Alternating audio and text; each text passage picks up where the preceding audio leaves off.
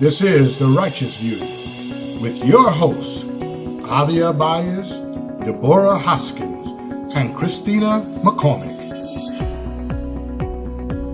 Hello to everyone. Welcome to The Righteous View. I am Avia Byers. Our weekly podcast will focus on topics regarding women of all ages. Our mission is to foster righteous, open dialogue on topics that have been taboo within our social communities. We want to cultivate open and healthy discussions between mothers and daughters, husbands and wives, mature women and young women. And our goal is to educate and provide factual information to those demographics concerning our biological, psychological, and spiritual existence. So I'm introducing tonight my co-host, Christina McCormick.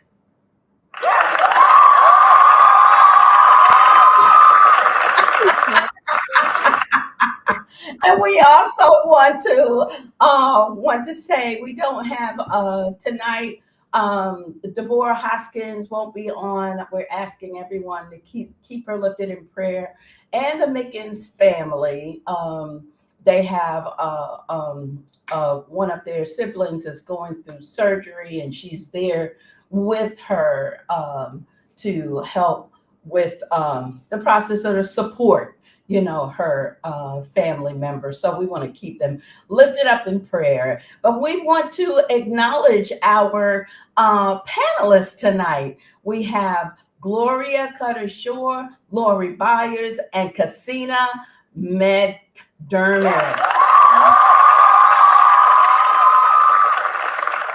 Yes! We have to get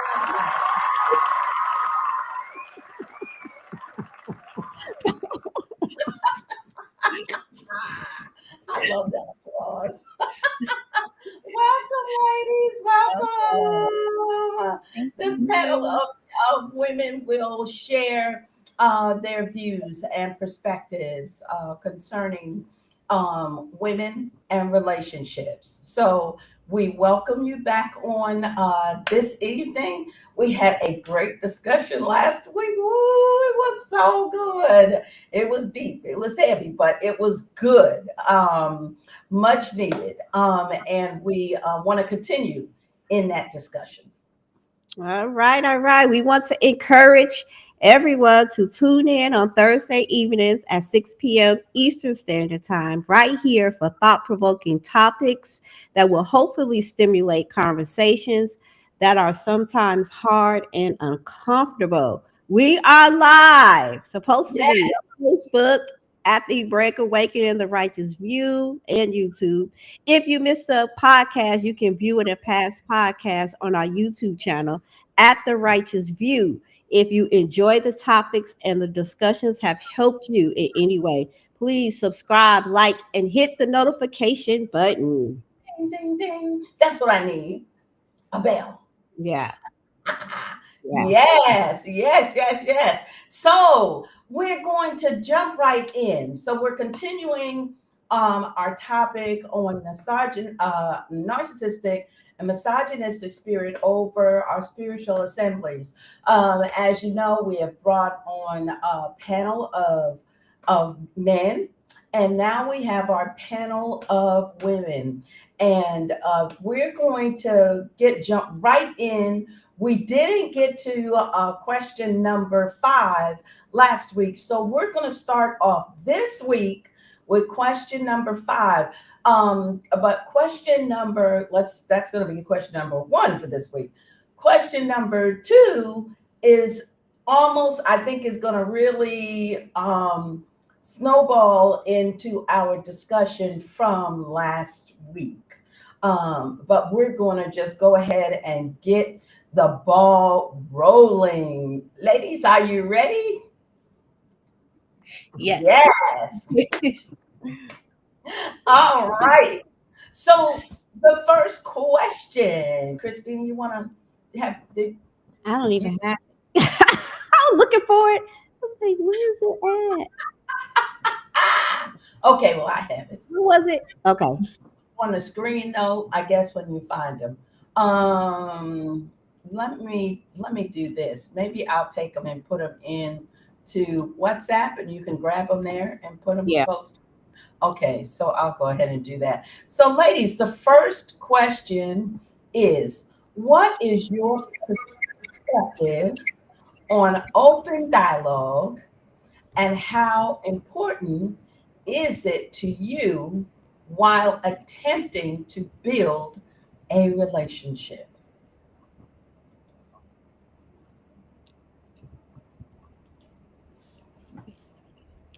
Okay, sorry. I was having a Uh-huh. moment. Mic wouldn't cut on. But I'll take that one first.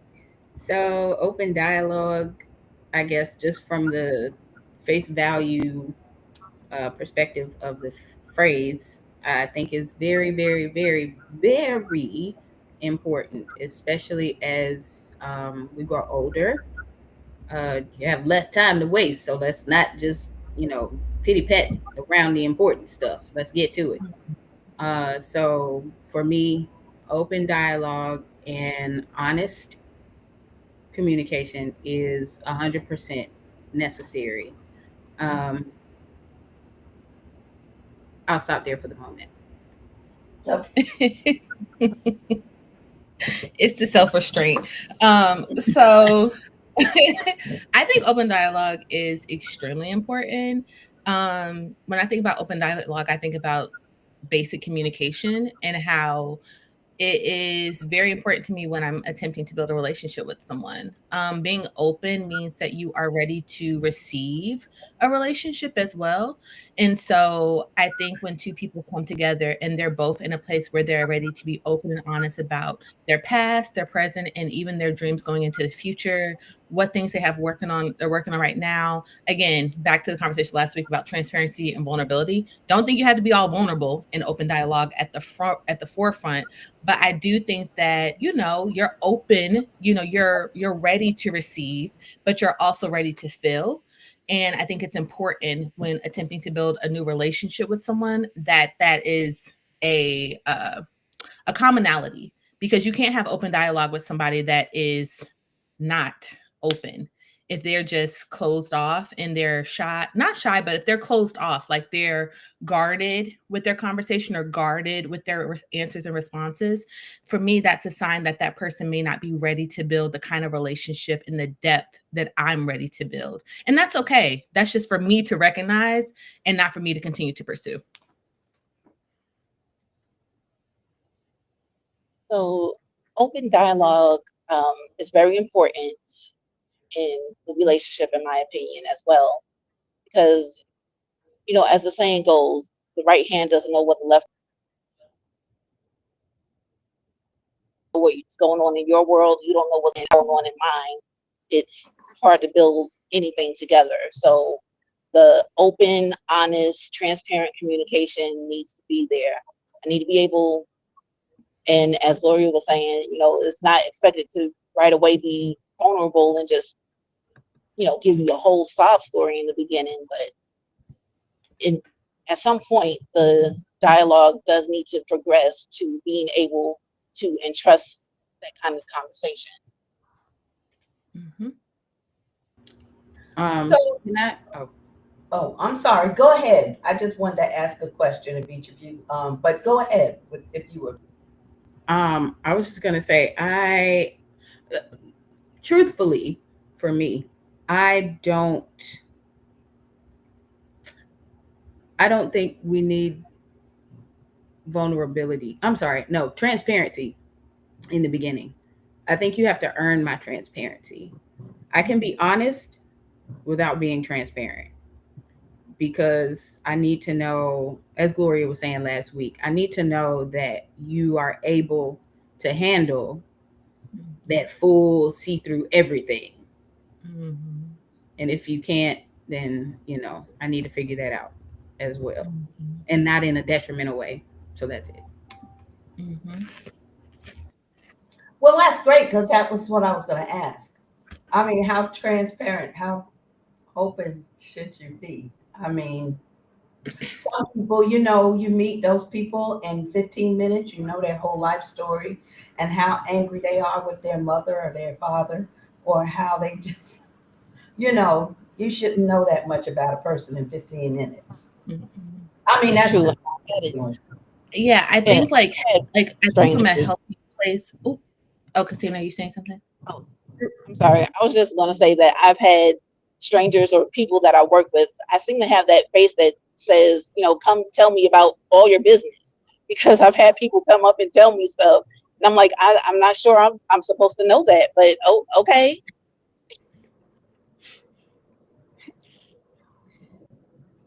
Yeah, as far as the relationship goes, I'm not saying like it needs to be immediately. I'm giving you all the details of my life, but eventually we need to get there. yeah. I Yeah. have a face too, Christina, and I don't really want to have that face. I'm like, do I have a sign on my head that says, please tell me your whole life story? while we're Right. standing while we're standing in the grocery line. I was gonna say, like, I don't think I have the face, but I think I have the personality where people are just naturally comfortable talking to me. So like I've been told that my energy or like my conversation can be disarming to a person. And so I think recognizing how you communicate and how others communicate with you will help you know when someone is just, for lack of a better phrase, trauma dumping on you versus truly trying to connect with you. Because unfortunately, some people, everyone is not emotionally mature. Everyone is not in their journey of going to see a therapist or going to seek mental counseling or going to a spiritual leader to talk about certain things. And some people just see you as like, hey, this is a safe space. I'm just going to talk. Right. And that's what I've learned in like my dating journey. A lot of men just want to talk. Like, I'm like, you ain't got no homeboy, you ain't got no friend, you ain't got no mama, you ain't got no best, you ain't got nobody to talk to. And like the stuff they just get it out. And it's because a lot of times as women, we are very peaceful women, right? Like we're coming to this dialogue and this conversation as, well, I'll say peaceful compared to others, right? That they may have encountered, right? You might be the most peaceful woman that they've ever encountered because all they've encountered is women that are very loud, rambunctious, maybe they speak down to them, whatever the case may be. So when they're in your presence, it's just naturally disarming. So now they feel like, it's kind of like, you know how little kids will tell you all their parents' business? I used to do that when I was little. I used to tell my auntie all my mom's business. I used to be like, oh, we going to the park. We going to walk 7 miles. Let me tell you what's going on in my life. Like, but it's because she was a disarming presence. And that's just as a child. So I kind of see it in the same way as like when you have a presence or a conversation style that is disarming naturally, people, whether it's building a friendship, whether it's building like even coworkers, you just trying to go to work, but your coworker want to tell you all about their life. And it's like, babe, I'm just here to do my 9 to 5 job. Right. It's just, so I think again it translates to different bubbles, different relationships. But I think it's very important that you recognize when dating that just because someone is open with you does not mean that you are required to be open with them. And just because they are open with you does not mean that they want to be in a relationship in the same way that you want to be in a relationship. It's very important to kind of like listen very clearly while they're talking, since they are being so open.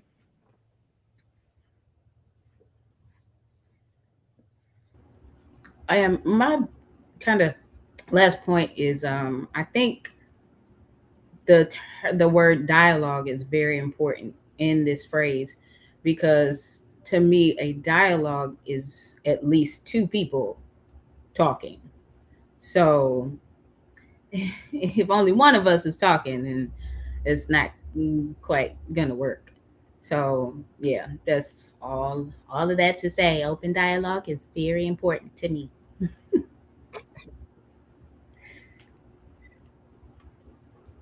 Christina, did you want to share anything else concerning open dialogue? Um, no, I just know, like for me, it's I have to have a certain level of comfortability with a person, or I even just in general conversation especially on the phone, because I don't really like being on the phone too much. But if we're talking on the phone and you're asking me questions, but I can give a one word answer to it, that's probably all. I'm gonna need to ask those open-ended questions. Okay, that's good. So,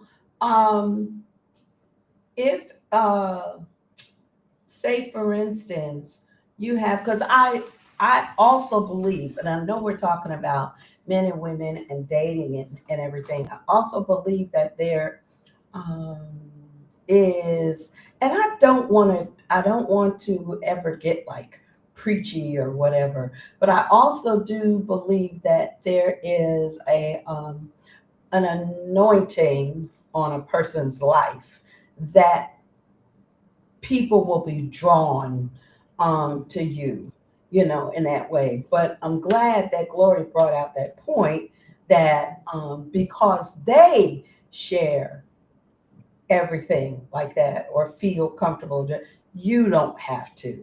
But that there can be that anointing on you as a person that tends to draw, especially if a person is needy or is broken. So that will tell you that this person is not ready to go into a relationship because they need to take care of some stuff. Um, so what do y'all think concerning that? I definitely agree. And I think that goes back to you knowing who you are first and knowing the type of people you attract and like your purpose in life, right? Not to dive too much into that, but for me, I'll just speak from my own experience. Like I used to make the mistake when I was dating of a man sharing and being open, meaning that he wanted to have a deeper connection with me. Because why would you be sharing your childhood with me if you didn't like me? If you didn't want to be in a relationship with me, you don't want to marry me. Like, why would you be telling me these things? Oh my God, girl, no, he just ain't got no friends, right? So but that came with being open to a dating journey, right? And learning that about myself and learning that I tend to attract men, good or bad, that are broken, right? But I had to realize that just because they are coming to me does not mean that I need to clean them up, feed them. Oh, no, no, no, no, no, no, no, no. Maybe I just need to pray for you and release you back into the wild. Maybe you just need a woman's perspective. Maybe you're going to become my homeboy and we can go kick it and get numbers from different people. You know what I'm saying? Like I had to really, and I know that sounds funny, it sounds candid, but like, I was like post-divorce thinking that men really like me because, I got the sauce. Everybody wants to be on my team. Like, and that was just not the case. It was just not the case. It was not the case. And it got me into a lot of emotional heartbreak. And also I became emotionally tied to people that I had no business being tied to. Like I was way too invested in their problems and trying to figure out solutions when these people, they're grown. They could have these men, let me be very clear, these men, they could have figured out their own issues. They didn't need my little 26, 27-year-old mind to help them come up with something. You know what I mean? Like they just didn't. So I had to be honest with myself and reflect on myself of, actually, I don't want to be with a man that has all these issues and stuff and hasn't done the work to like go seek help. You shouldn't be looking at me to help fix your problems and your life issues and all these things. Go seek help first and then come to me like, hey, this is what I went through. Now what I've recognized is like being able to have open dialogue with someone who has had past issues or maybe has had childhood trauma or has had to overcome things. But again, when we were talking about the healing journey last week, that's a portion of their story. And now they've already implemented the tools needed to now when they're coming to me and talking to me about it, it's just like, hey, this is what I've been through. This is how I overcame it. This is where I am now. This is where my life is going. It's a very different conversation.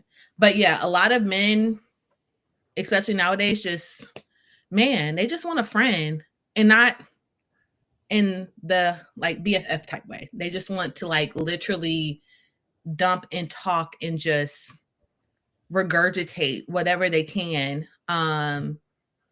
And I think it is, we use the word narcissistic, I think, a little too loosely as a society now, but I think it definitely does have certain attachment styles that are not healthy. And as women, because we are emotional creatures and we're naturally nurturers, it's like, oh, no. But that's dangerous. Like, being transparent, that's very dangerous territory to be in, to think that you can... That's just because someone, again, is having open dialogue with you, that they mean to be with you long term. They're just simply using you, not for nothing, as a doormat to an extent, wiping their feet, trying to come into the house, seeing if it's been swept clean. Like, honestly, truly, when we get down to it. But that's just my perspective on it. I think that, it comes with the journey. And I think we all have to go on that journey to an extent. It's just about being honest with yourself while you're on it.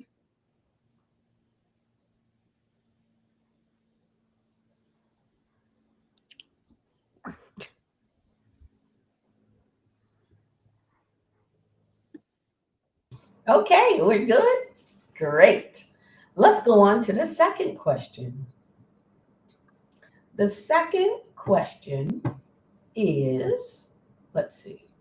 Now, this is much like the fourth question last week, but it's just a little different. But we don't have to spend a whole bunch of time on it, because we did spend a lot of time on that last week. But this one is, what do you think about sex before marriage? What is your view or perspective concerning sex before marriage? So can I start this one off? I would love to point out the fact, and I'm going to thank you, Gloria, for making a statement that you just made in the last question, which is you found yourself being emotionally attached just through talking words. So I think emotional attachments can come in many forms and by many ways, and sex is not the only one. I think that sex before marriage I think it's a good thing. Point blank, period. I do. I think it allows you both to explore the relationship a little deeper, or a little further. I'll say a little further, not deeper. Because sex doesn't always mean a deep connection to me. I don't think that dating someone equals sex all the time. I don't think that just like, oh, we went out for coffee and then we just go have sex just because, and we just met like 2 days ago. Like, as I said last week, there is a responsible way to go about these things. If you have been dating someone, we'll say courting someone for a year or two, and you know that this is a serious possibility that you could be with this person, why not? Again, we are consenting adults. And you might learn some stuff that'll say, oh, never mind. Never mind. So I think there is important information in sex before marriage.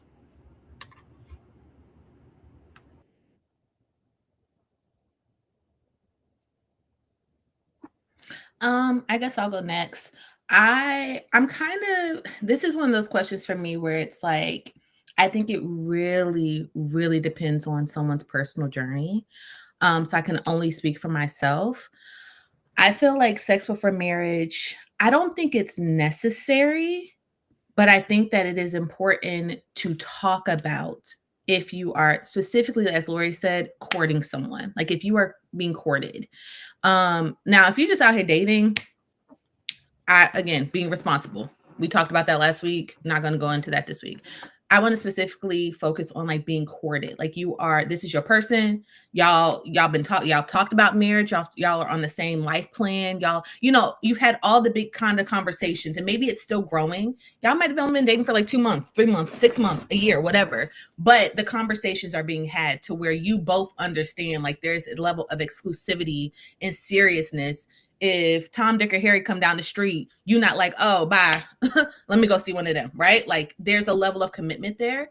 I think more than the physical act of sex before marriage, the conversation about sex has to happen before marriage, which is why I don't necessarily think that the physical act has to happen, because just like we said last week, anything can be taught. Anything can be taught, right? But I think it's important to know your partner's preferences, to know their relationship with sex, to know, are they open? We talk about open dialogue. This is a big part of open dialogue. Your sexual health. Have you ever, as a woman, have you ever been pregnant before? Are you able to get pregnant? All of the conversations about sex, I think, need to happen before marriage. And inadvertently, not for nothing, you probably will have sex before marriage once those conversations start happening. Because now that these conversations are happening, to Lori's point, you're exploring more, right? Maybe you've introduced a certain fetish or something that I might have had an idea about, but I've never actually had a partner or had the courage or felt safe enough to do. But now that I'm with you, we can explore that. So I do think that more important than the physical act of having sex, I think that the conversations, plural, around sex have to happen before marriage, because there's way too many people that get married and then they've waited and now they're on their wedding night and it's like, wow, absolutely not. This is forever. Now you got to get marital counseling. You know what I mean? Because this is now such a big to-do, unfortunately, because sex is a bigger part of marriage. It's one of the things. No, it's not always the most important thing, as Anvita talked about last week. There are other things that then become priority, but it is still intimacy. Physical intimacy is still a huge part of marriage. Like, you want your man to desire you and vice versa. Like, at the end of the day, we can't negate that. But I said all that to say, while I don't think it's necessary to have before marriage, the physical part, I do think that the conversations are important to have. And I do think that naturally, just being honest, that the conversations can lead to the physical act of having sex before marriage.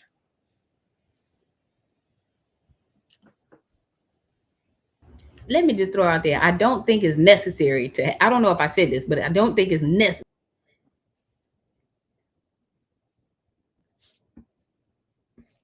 Did she freeze? Uh-oh, I think Lori froze. Frozen. Yeah. She Okay, is. so Lori's frozen, not me. Okay. No, Christina, you're good. No. Christina, you can go ahead till Lori comes back, because she might bleep out sometimes when it's frozen that long. Yeah. Okay, yeah. So go ahead, and when she comes back on, we'll get her. Okay, but pretty much they say my thoughts as well, as far as it's not necessary, but definitely the conversations need to be there before marriage. I know we're talking about sex for financial as well. Like, those are conversations that you need to have before getting married. It's important to not be out here and just letting every Tom, Dick, and Harry, get a taste, but committed relationship where y'all have already established, like, yes, we are courting to, we both have the desire to get married, and you are my person at this point. So let's explore this more and, have those tough conversations about sex and, like, well, not necessarily likes and dislikes, but however the conversation flows with it, to learn each other more.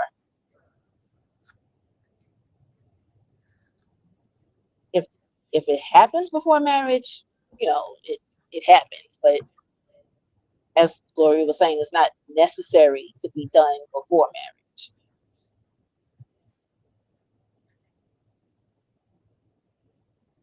Lori, you want to go ahead and finish your statement before you froze?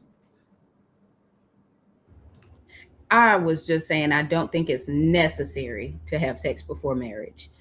I just think if you do it before marriage, then it's not like the end of the world or the end of the relationship or everything is doomed now. That was it.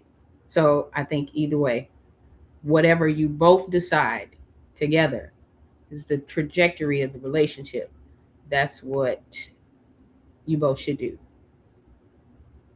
And that was the thing I was going to ask if you, because if it's a couple and they make a joint decision that they are not going to, that they want to wait until the marriage, then that is their decision to make as a couple. Absolutely, absolutely. And there is there's a wonderful thing happening online and all, I guess, throughout, at least I'll say the United States, I don't know, about consent. And to me, that's a part of consent. You have to have informed consent. So if you are both saying this is what we are going to do, then that's what you both do.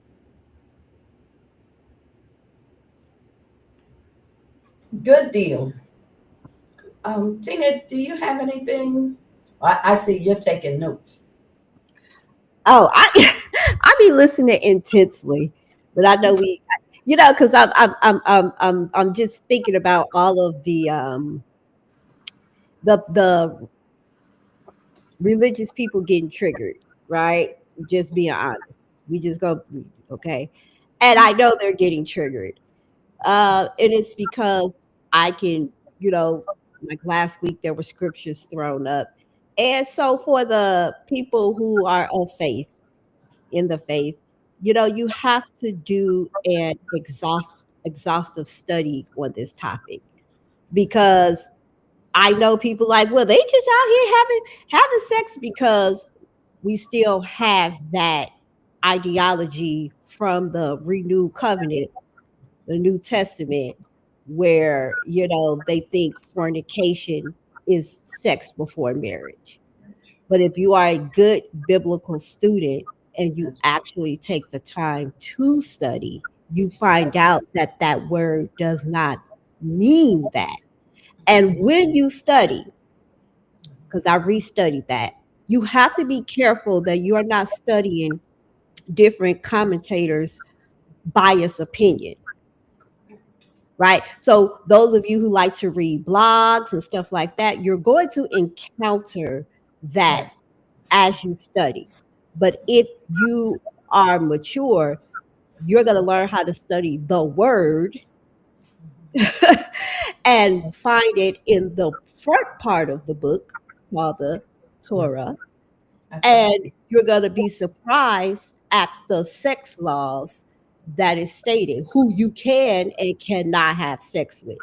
And there is no biblical law in the front of the book that states that.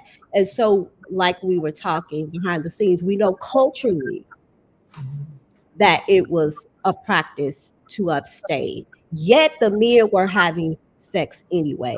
And I have a real problem with Jacob, because Jacob was out there getting down with prostitutes. And I was like, wait a minute. Why somebody had to trick him into through a prostitute, right? So we know that men were having sex, but before marriage, with the intention to marry, right? And so we want to talk about really quickly, because I can feel the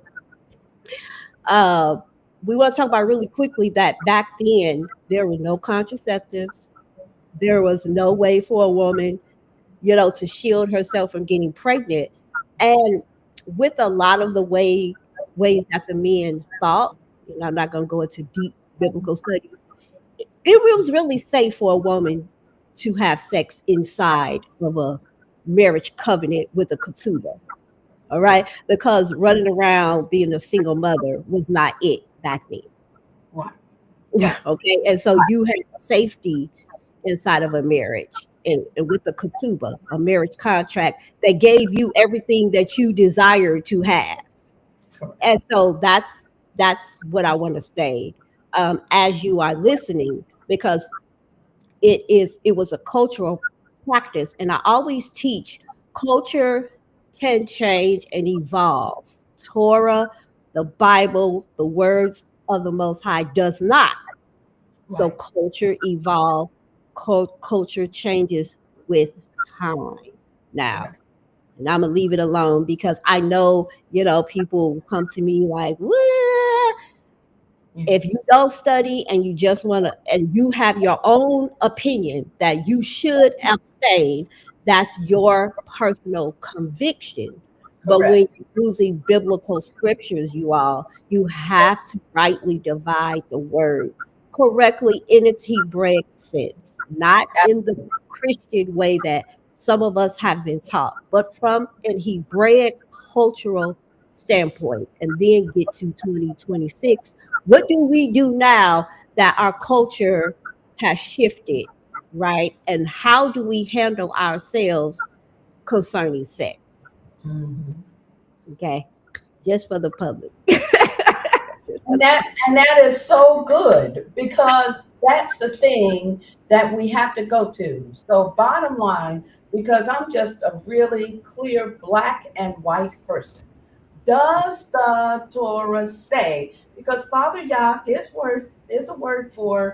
a whole phrase for you do not have sex before marriage. He could have said that, but that is nowhere in the Torah, because there was a culture of the protocol and what would happen concerning a young man and a young lady falling in love and wanting to get married, because we know then that they weren't people that was a great point, Christina, to bring out, that we see Yehuda going to a prostitute, and she turned out to be, I mean, it turned out to be his daughter-in-law, but the way that father had it rigged, and that was absolutely a Yahweh thing, because she ended up restoring his bloodline, and that bloodline had to be restored because Mashiach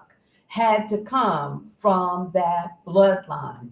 So she ended up restoring, even though she sat like in the position of this. But we do see one of the sons of Yaakov going Mhm. and feeling like he needed to be comforted after his wife died. So, those are things that, we see in the scripture, but you have to go back to the governing laws, the front of the book, to see what Father Yahweh said. What does the Most High say? Because anything, and I'm absolutely um, down with what you said about commentaries and people's thoughts, ulterior motives. You're dealing with people's brokenness, people's problems. You're dealing with all kind of junk in their commentaries. So commentary should be commentary. Yeah. Period. Comments. That's the real word of commentary. Comments. Okay, Lori. Exactly. Comments. It's a comment. This is your opinion. Weigh the opinion against the Torah. Which one should weigh more? The Torah. But yes, thank you, Christina, for bringing that out. So two things came to mind as you were speaking. One thing is that the desire for women not to have sex was not just a cultural thing. It wasn't a one type of people thing. There are still honor killings in cultures today. If a girl has sex before marriage, they will kill her. And in fact, yeah, that happens more regularly than we care to admit today. So it's not just even the Hebrew culture or the Christian culture. No, it's a man woman thing.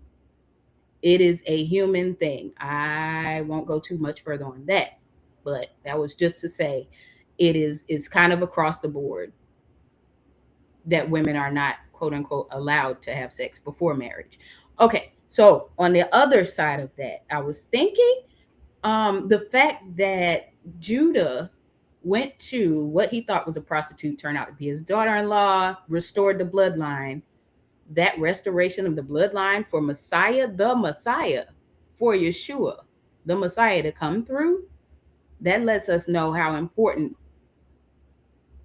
we are. So we can't just, any and everybody. It's your body is not meant for any and everybody. It's just not. And please don't get me wrong. If anybody listening, hear my words now. I will never advocate for giving it up to any and everybody. Never will I advocate for that. It's not healthy. It's not good for your body. It's not good for your mental space. It's not good. But I am also not an advocate of degrading someone for having sex outside of marriage. So, yeah. Judah and his daughter-in-law, eventually we got Messiah. We are all, I'll say, important on the spectrum of sexuality and what happens after that. I'll stop there. Just really quickly, I think it's a great piece of the conversation when we're talking about sex before marriage. And the way I personally like to think of it as abstaining from anything, right? Like some people work out, some people don't work out. Some people work out and some people work out even harder. Some people do hot yoga, some people do cycling, some people run marathons, some people strength train. So just like anything else, sex is on a spectrum. And I think it's very important, again, going back to knowing yourself. Just, I'll say transparently, if I know that having sex for me makes me emotionally cling to someone to where things are passing me by. This person is over here doing it. I'm just passenger princess. Whoop-de-doo. You be a drug dealer. Okay. And I'm just, oh yeah, get the money. Because I'm not thinking straight, right? I'm not thinking straight because I am having sex with you. This is my own testimony, my own experience, right? I now have to take a step back and say, whoa, when you have sex with men, you don't be putting all your P's and Q's together, babe. A lot of stuff goes by. And then you find yourself in situations. And if you were thinking I'm not going to say it that way. If you were thinking correctly with your brain and not with your body parts, because our body parts are hormones, we're very, all is la, la, la, la, la, la.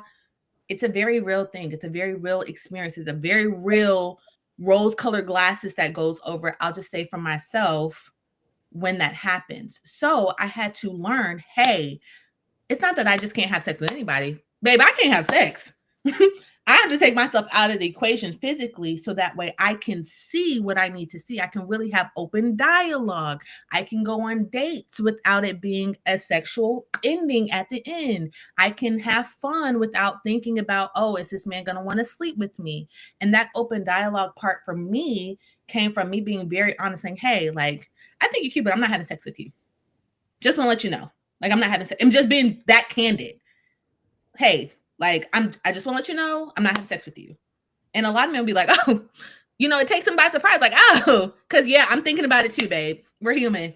Okay, we're human. I think you're attractive. You think I'm attractive. It's going to come up at some point because we're also a very sexually open culture, right? A lot of people are expecting that at the end. It is what it is. So I said all that to say, I think the more honest we are, and I really think that truth, having truth and honesty in your life really illuminates the dark spaces where the enemy, the adversary, these spirits, these things, these entities, these people too, can come into your life and just sneak in and make you feel, can make someone feel like they are less than because they do have sex before marriage.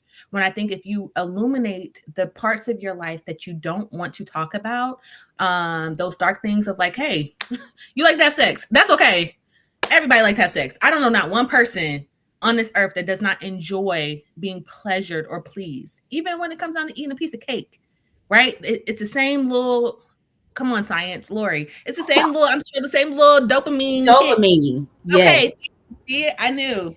I have smart cousins. So like, yeah, like it's the same dopamine hit you get, right? So it's like you're just because you desire sex does not mean that you are less than someone who you think isn't desiring sex. They just have discipline. Or maybe they're abstaining for a different reason. So I said all that to say, I think it's important to know yourself because some people, like alcohol doesn't bother me, but I have friends that when they go on dates, they don't drink. They don't have that first drink. They don't have any type of alcohol when they're with men because one lemon drop turns to 5 lemon drops. Now their whole personality coming out. And instead of being reserved, now they sitting there crying at the bar on this first date.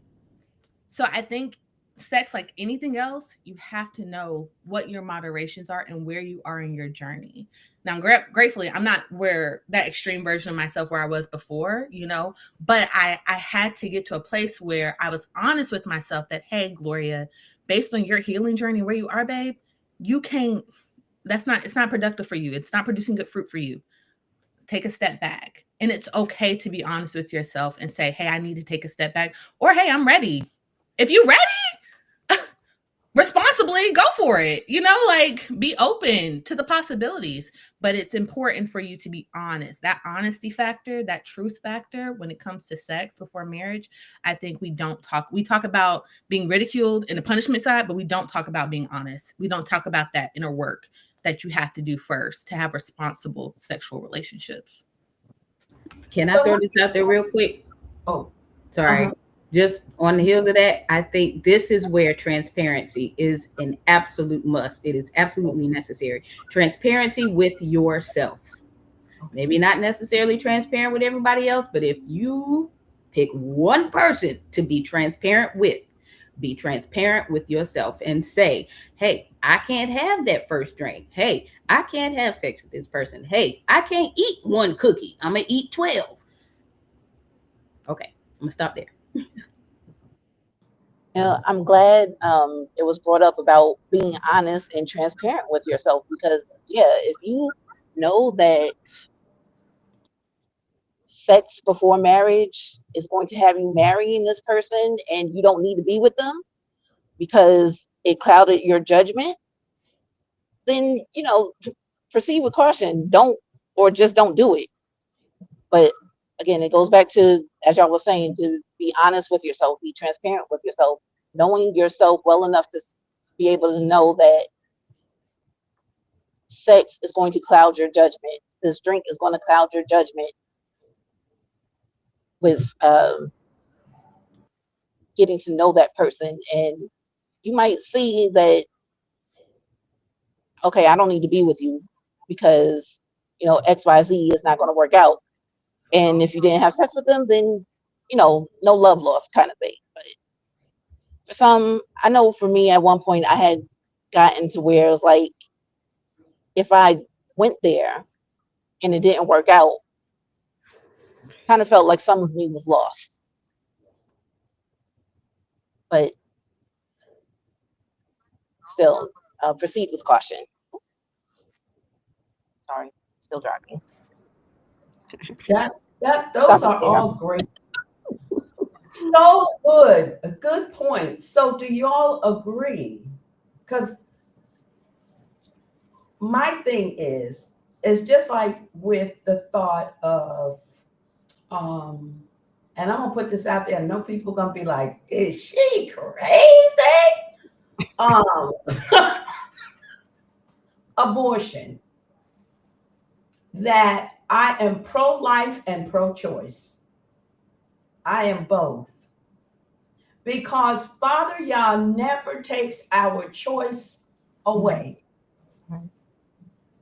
But what we have to do as parents, and this is where we falter with our children, having these candid talks to teach them to make good decisions, and then trust that as you teach them growing up, you don't wait until they're 12 years old to talk to them about it.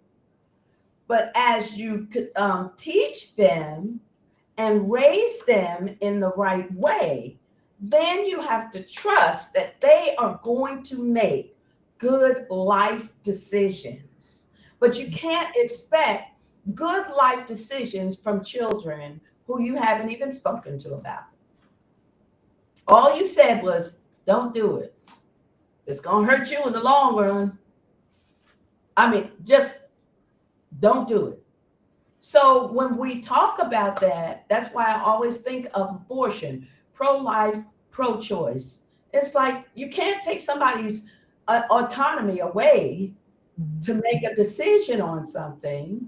And then, but what you can do is teach the preciousness and the gift of life and bringing life into the world. That's what you do. You don't tell them, no, we're going to take you and chain you up and put you in jail and throw away the key if you have decide to have an abortion, and especially if it's medically needed. So nothing in life, and we should teach our children that nothing in life should be cookie cutter. But there are variables, there's situations, it depends on the person, but it's all about Father Yah never takes our choice away. But what does he say? That Joshua says, choose life, choose this day, choose life. But we've got to teach that first. So it's so important for us to have those conversations, with children, with our children, so they will be making good life choices. And guess what? When they're of age and they start dating, they'll know, because they'll hear that voice in the back and they'll say, this is not a good, to thine own self be true. You know what? I will do well when I need to keep my faculties. So I'm gonna keep you at this position so that I can make a good choice. That's great. Thank you. All of those comments were wonderful. All of them. It's so important. And I think because in our church, our spiritual assemblies and communities, we lack teaching that. So I know people who's going to say, she is crazy talking about pro-life. Either you pro-life or you pro-choice. No. Because guess what? Father Yah is pro-life and pro-choice. Surely. He let you choose to take your journey all the way to the lake of fire. He will go all the way to the lake of fire. Absolutely. But he will not come and just take your choice away. He says, no, choose me. Here I am. Choose me. Okay, Lori, I'm sorry. I refuse to go down this rabbit hole, but I think the term abortion is such a hot button phrase, because we hear it politically all over the screens, TVs, cell phones, everything. And I think we, as a society, tend to think about it as in a patriarchal lens. I'm sorry to say it, but in a patriarchal lens. So getting an abortion means you just been having sex. You just been having sex. And nobody ever considers all of the billions of things that can go wrong in a pregnancy.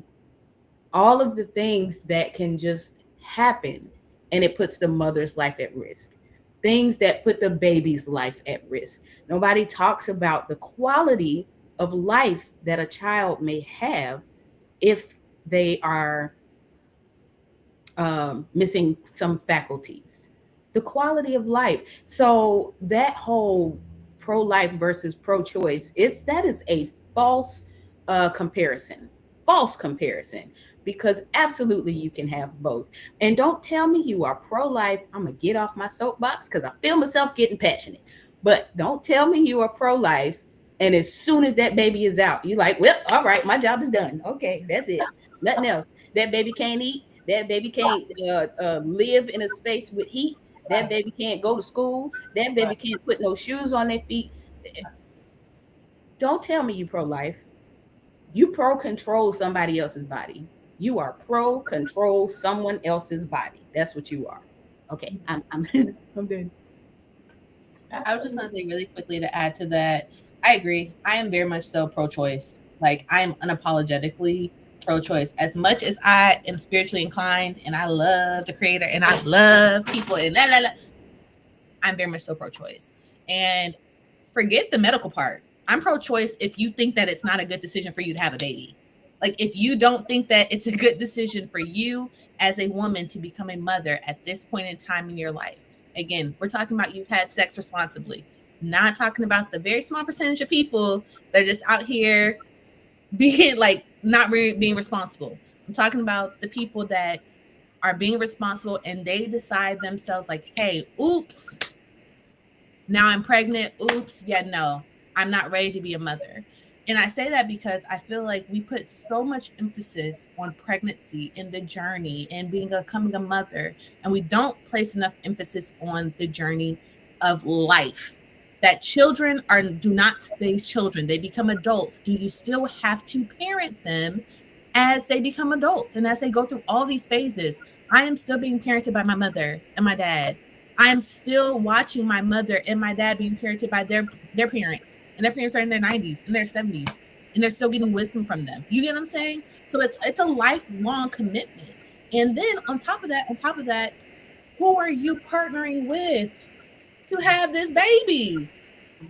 Sometimes you realize, ooh, had one too many lemon drops. This man would not be a great father. Amazing one night stand. Amazing frolicking around the world with him, going on trips, going on vacations. He would be a horrible father, right? And I think it's so important. That element of the conversation is never discussed when we talk about abortions and pro-choice. It's never discussed about the partner, because the responsibility by default is all on the woman. It's on her body, it's on her mind, it's on her physical capability to raise a child, financially to raise a child, because the father can never be around, right? And so I will too get off my soapbox on that because, like Lori, I have a lot to say on the subject, but I'm very much so let it be known to the world on this live, to everybody hearing, like I'm very much so pro-choice, medically or not medically, like unapologetically. I think that it's important that women are able to decide if they're able to have babies, because there are too many babies out here that no longer have mothers because their mothers were not mentally capable to keep them. And they turn to drugs, they turn to, unfortunately, suicide, so many different things that people don't talk about, because motherhood is not an easy journey, especially if you have to do it by yourself. So, yeah. Not to mention, there had to be some pregnant women in all of them camps that the Most High said, kill them all. The Most High said, kill them all. He killed some babies.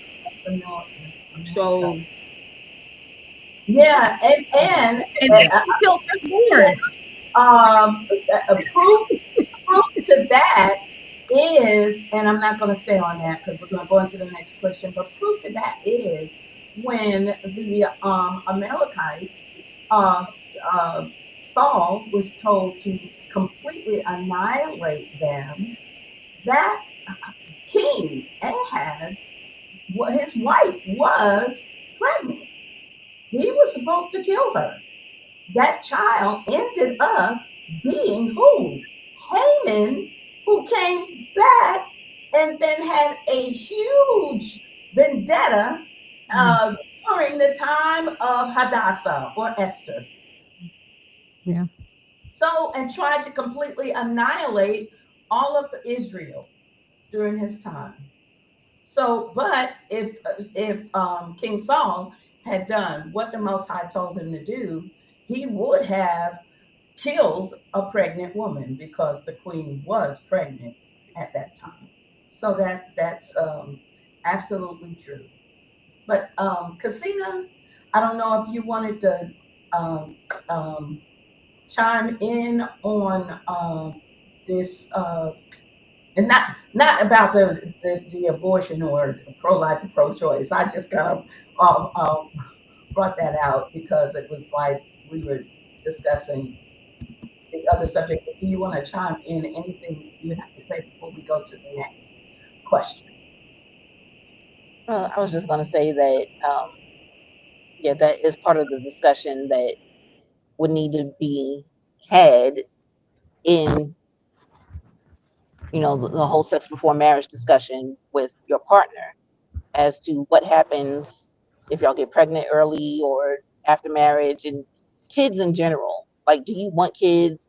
Because I've had situations where getting to know someone, I've told them I don't have kids, not thinking about having kids, probably don't want kids. And his first thing is, oh, I'll give you a baby. I'll put a baby in you. I didn't ask you to do that. I didn't say anything about wanting you to put a baby in me. So let's not do that. But it's, again, open discussion that needs to be had. That's all I'm going to say. Because the whole abortion, pro-choice and things, that, yeah, I'm not going to go on that soapbox. Run. That's all I have to say. Run. So the third question.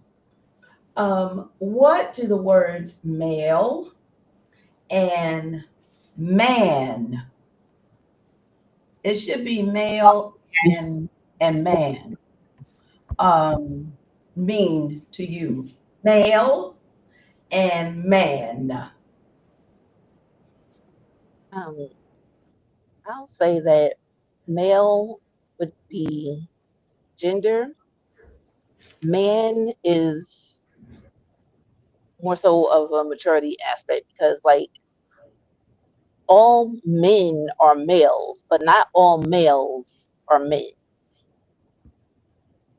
Depending on, for me, in my opinion, it's a maturity aspect, because you have some grown men in their 60s who still act like they're in their 20s, and I'm not inclined to call you a man. Like, a man is responsible and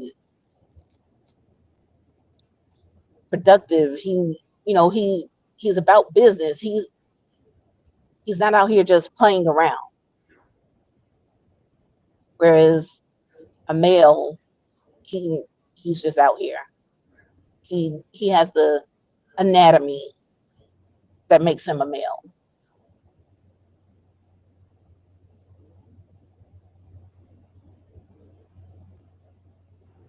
So I'll say, I think this is not to offend anyone or anyone's answer coming up at whatsoever, but I think that this question is one of those that is bordering on pointless. I think that it has become a topic since the whole manosphere, red pill, broadcast type joint has, kind of taken over social media, because you already know science. It's a dude. He has an XY. He has a Y chromosome. He has a penis. That's what that means. A man, a male, whatever. If you are a mature adult, that's a completely different conversation. But man and male both mean a certain anatomy part, a certain genetic profile, period, point blank. Whether, I guess it seems like a pointless question for everybody in the world who's asking that question. Like, why? What do you do with that information afterward? Are you going to tailor yourself to that now, or are you going to continue being who you were before you figured out what other people think a man or a male is? So I'll leave it there. I will say, to Lori's point, I do too think it's a little pointless, but for the sake of the conversation, I think this question is more posed culturally, in the space of like where we just are society, like socially as a people when it comes to dating. And I think that, again, male, to Christina's point, is anatomy, like male, female. He's a dude, he has a penis, he's a guy, he's a bro, right? But I think colloquially and socially, a man is seen as a protector, a man is seen as a provider, a man is seen as someone who has leadership qualities. And I think for all intents and purposes, most women, even if they don't admit it, look for these character traits that our society has quote unquote deemed a man to be. Also, if we bring in the spiritual aspect of it, there are roles and requirements and responsibilities that a quote unquote man has with the Most High versus a female has with the Most High, right? And so I do think that the conversation has to be had in protected spaces, but I do think, to Lori's point, that when it's in a space that that it's not going to be well received, it is a point that it's unnecessary. It's unnecessary because people oftentimes are bringing up this question to argue. They're bringing up this question to get stuff off their chest. But I think just socially and culturally, when we think of a man, we think of like the phrase, that's a good man, Savannah. When you think of that's a good man, Savannah, you think of a man that is a protector. He takes care of his family. He takes care of his house. And again, not from actually the movie of the point and context in which she was saying that statement, but how just culturally we've taken that and ran with the fact of like a man is someone who is an upstanding citizen. At the end of the day, he's someone that takes care of his family. He's someone, and again, these are cultural norms that I believe have been instilled to us from the whole nuclear family era of the 50s and the 60s of, what white suburbia looked like when you had a father in the home. And I think that father and manhood was closely tied together, but I think it's not as closely tied together as it is today versus motherhood and womanhood still being closely tied together, if that makes sense. It does. That's great. That's good. I want to deal with a couple of the statements that are made here, and she may be off already.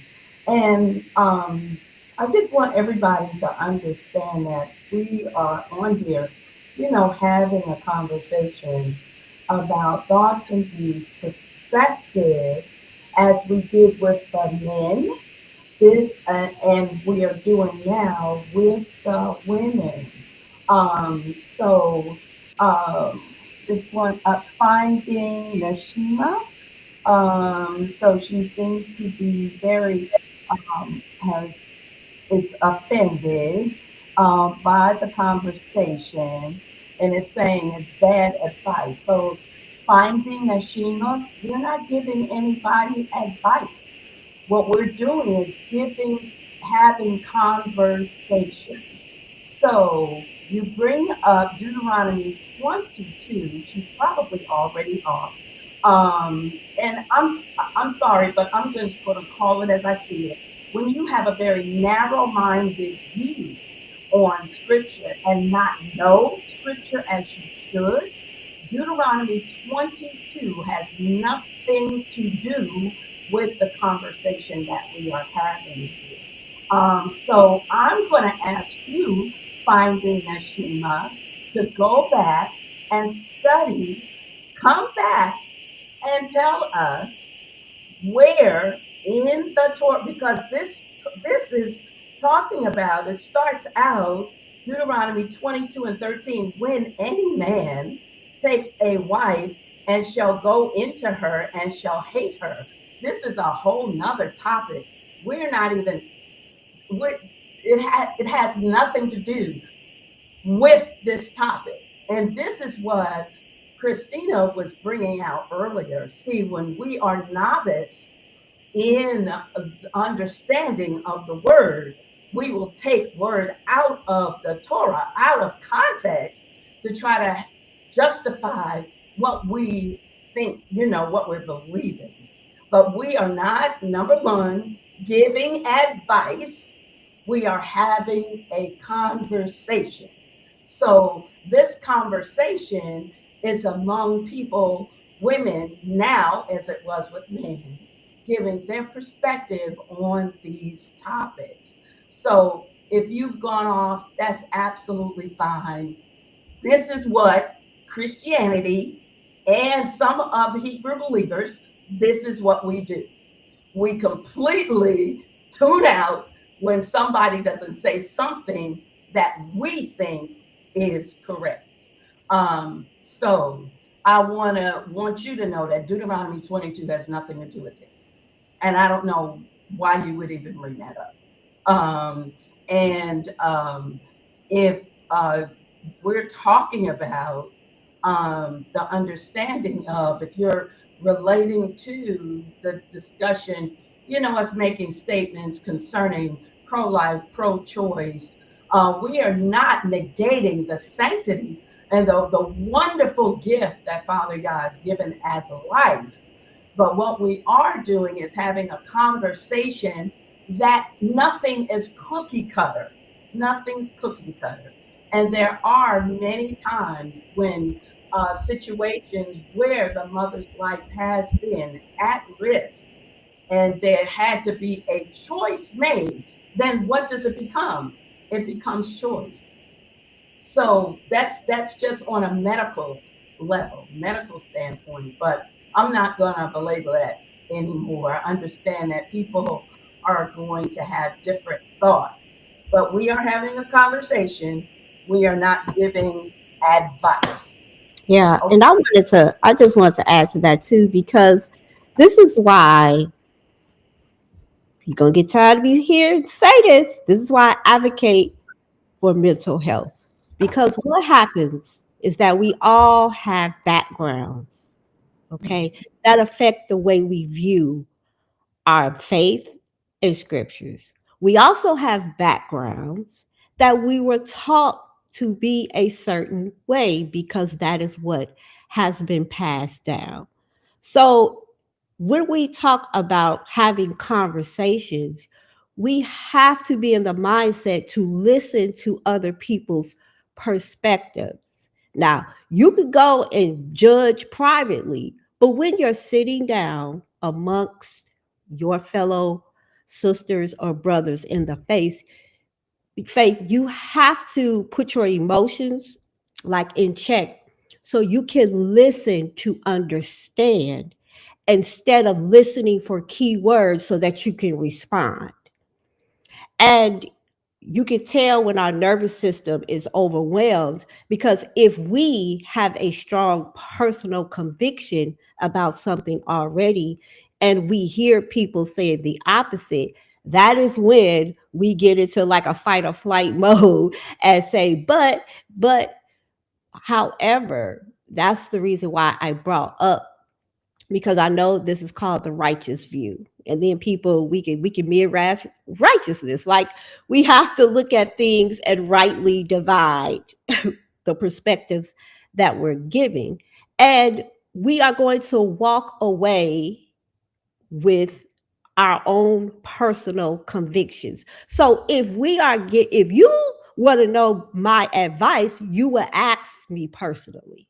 Right? We're on a forum. You didn't hear me or Avia say, this is what you should do concerning sex. You did not hear that, but you listened to respond instead of listening to understand everyone's perspective. Whether you agree or not, we're listening to understand, because as elder women, we don't listen to our younger people, our children. We talk at them. We don't talk to them, to have a conversation and to make a safe space where our children can say what they are feeling, whether we as parents agree or not. So wisdom says, listen, understand, put yourself in these young women's shoes in 2026, not in 20 AD, but in 2026. For those of us who believe that we are from the 12 tribes, we know that we are scattered, we are away from the land, we are away from understanding the covenant. We out here just doing the best we can with the information that we have. Also, we live in a very sexually overcharged culture. So, how do we address this issue or these issues with our young women who live here in the same culture that we do. Okay. And so we want to hear them. We want them to get out their perspective. So, as the elders, we can go back and say, now we have heard the young women's perspectives. Now, when the young women come to us personally to ask us personally for advice, now we are equipped to answer them and to give them advice based on what we have heard them say. That is the point of this podcast. And when you are in your congregations, when you are sitting in your assemblies, leaders don't give the space to have these conversations. So we are trying to figure out how to create a space for young people to have these hard, candid conversations. Because guess who they talking with? Their peers who don't know nothing, just like they don't. And they coming up with the solutions the best way that they can, because the elders are too religious. The elders are passing down bad information, or the elders out having sex as much as the young women. So we are back listening, so that we as women, when the young women come to us, we can be like, okay, we know what's going on out there. We know how y'all feel. How you feel? Let's talk. Correct. Because if you ask me and you want to know my advice, I already told the women, I believe that having sex is this exchange of energy and power. Correct. If we out here having sex and we think that 98% of us is crazy, then laying down having sex with another crazy person, exchanging energy and power, is going to do what? But it's their decision. It's not my decision. It's my decision as an elder to give that advice. To say, you're exchanging power, honey, and you lay it down with mentally unhealthy people. Think about that and be responsible. That's what the job of the elders do. So I am not going to say that we are giving blasphemous advice. I'm saying we are listening, and we are trying to understand our young people. That's all we're trying to do, and to give them space to talk. And you know what?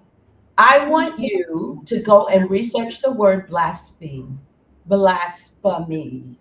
because half of the church and the Hebrew community does not have that word correct in its interpretation and definition. So that's my challenge to you, finding Neshima. But to go back and research that word blasphemy, because as Christina said, we have the obligation as the elders to listen and to hear. And this is why our younger women don't want to come to a lot of the elders, because of this rhetoric right here, because we're so engulfed and ingrained in our thought processes, don't do, that we're not even hearing what our younger generation is saying. Let's just sit back and listen. Can we do that? Let's sit back and listen. Lori and then Gloria, I know y'all wanted to say something. I'm gonna be quiet. I appreciate all that has gone on thus far, and especially the comments. I'm one for dissenting opinions. So I just wanted to read out a small part of what the first comment, which says, to reduce the Most High's reasoning to human faulty logic is mind-blowing. My statement to that is, I think we conflate the Most High's reasoning and human morality. We put those two together like they're the same thing. How many times do we see or have we heard that his ways are greater than our ways? We don't understand why the lady on Maury has 13 kids by 16 baby daddies. We don't know why. But in 2,000 years, will we know why? We could. We might. The lineage of our Messiah is filled with people who were not, quote unquote, married. They had sex outside of marriage. The lineage of the Messiah is filled with people who had sex outside of marriage. And the Messiah was a result of all of that. Okay. And then my last point, and I'm going to give it to Gloria. Deuteronomy chapter 22. I'm going to point to you, if you're there or if you watch this later, point you to verse 21. I'm not going to read the whole thing, but just a piece of it says, if the girl is found not to be a maiden, then they shall bring her out of her father's house, and they'll stone her because she has done wickedness in Israel to whore in her father's house. All right. So the word whore is often mistranslated to whore when it should be idolatry. Second point on that is, if a woman was married, her husband went to war and he died, she goes back to her father's house. She is not a virgin. Her father agrees to give her hand to another man. Should that other man expect her to be a virgin? No, that wasn't part of the contract. This is about contract. A ketubah, a marriage covenant, a marriage vow is about contractual agreements. Both parties have to agree. If a man says, I want a virgin, I want a maiden, I want a woman who has never slept with a man, I want that and that only, he gets to say that. Okay, roger that. Put that in the contract. Her father says, okay, roger that. If she's not, then they have broken the agreement. Then she's stoned. But if that is not a part of the agreement, she's not stoned. If it is not a part of the marriage ketubah, the wedding vows, that the wife is to be a virgin, if it's not in there, then it's not in there. And I'll yield. Okay, yield. Point, Lori. Excellent point. You did that. Absolutely. I'm sorry, Glory. No, absolutely. And for me, I'm gonna just always bring it back to like reality, which is at the end of the day, as young women, it is very important that safe spaces are created for us to have conversations about sex, because not for nothing, the safe spaces are created for men. My son, he's 8.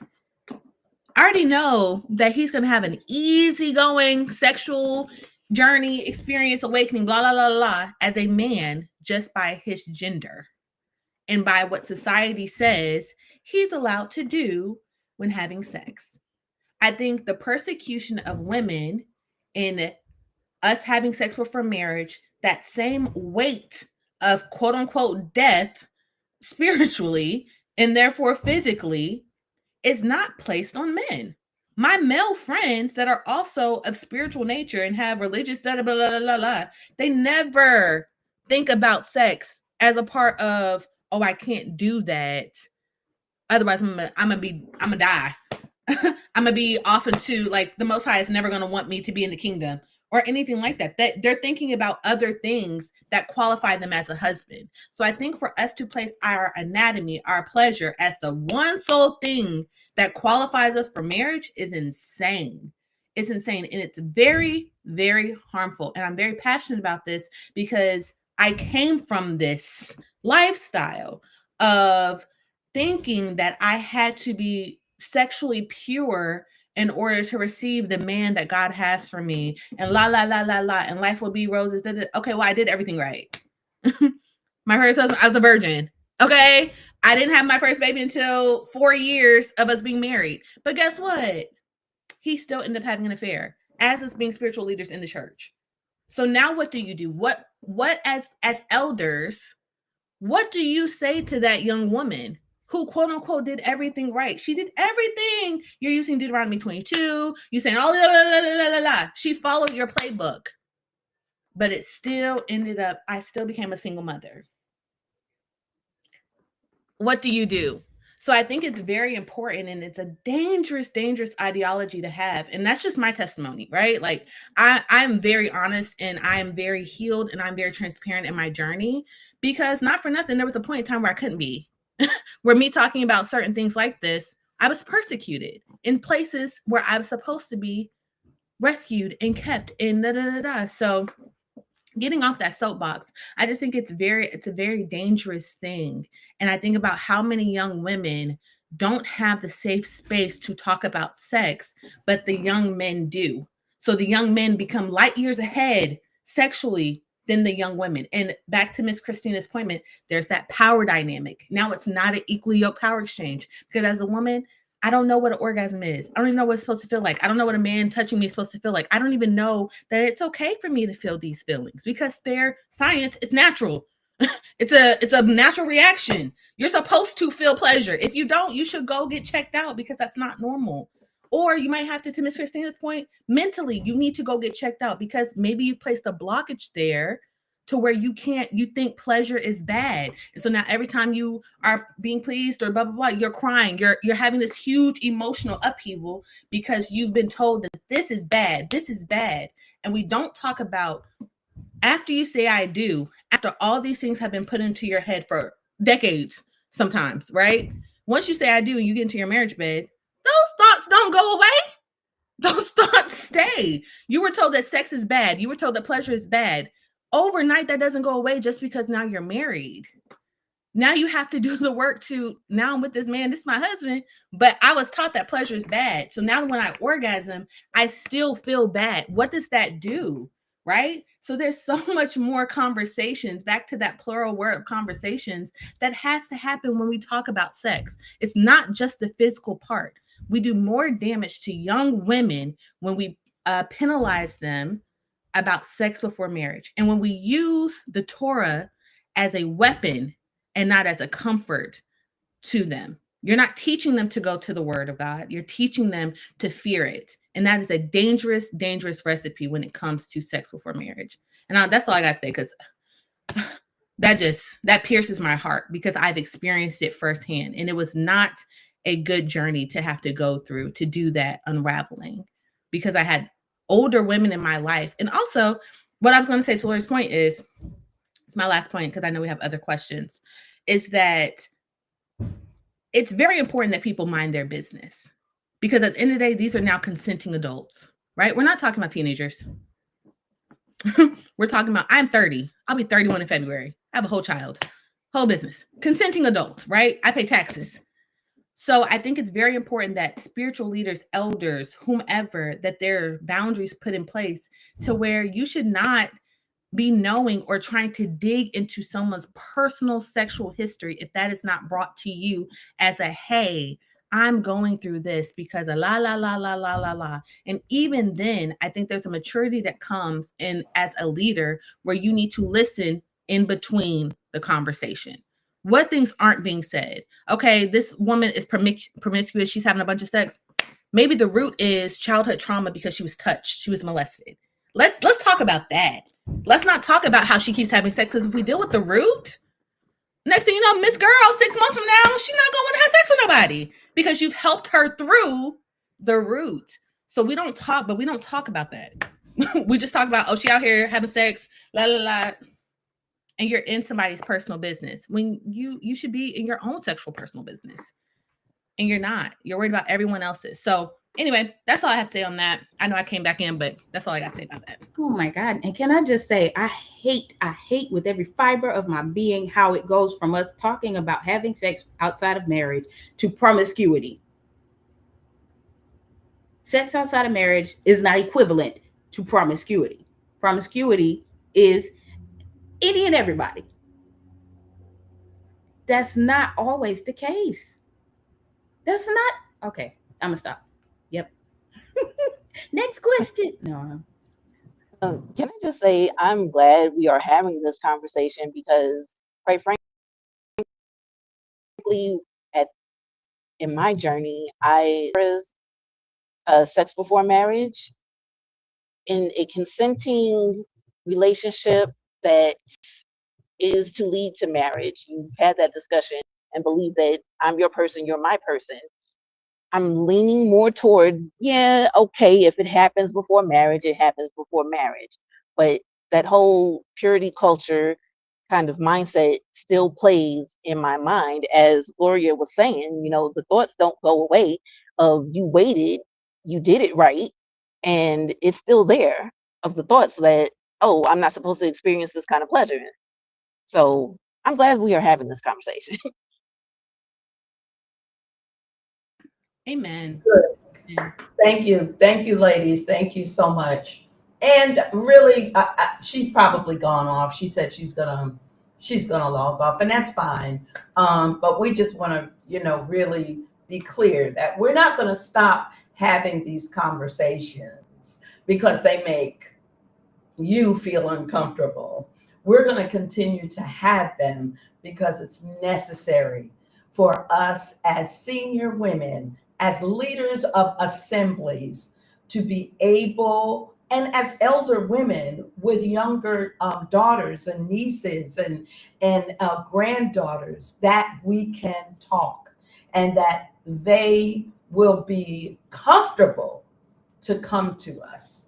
And I'm going to tell you just really quickly, I thank the Most High that my daughter, who is here, and my niece, who is here, both always felt comfortable coming to me. Now, I know there's probably stuff that they have withheld from me, and that's fine, as long as they went to somebody who they trusted, where that was a safe space. But I'm thankful that they always felt like I was a safe space for them to come to, and that I didn't judge. Because the first thing I'm going to do is sit down and listen, because they have a perspective, and their perspective is coming from their experiences, their education and understanding. But we don't get that if we don't listen. So, we're going to listen. So thank you, ladies. Thank you so much. And Casina, I guess she'll get back on. I know she's traveling. So the question number 4, what is something that is a challenge for you while in a relationship?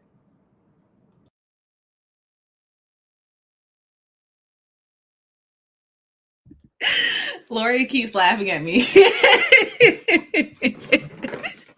No, because I was just sitting over here. I was like, here we go, vulnerability.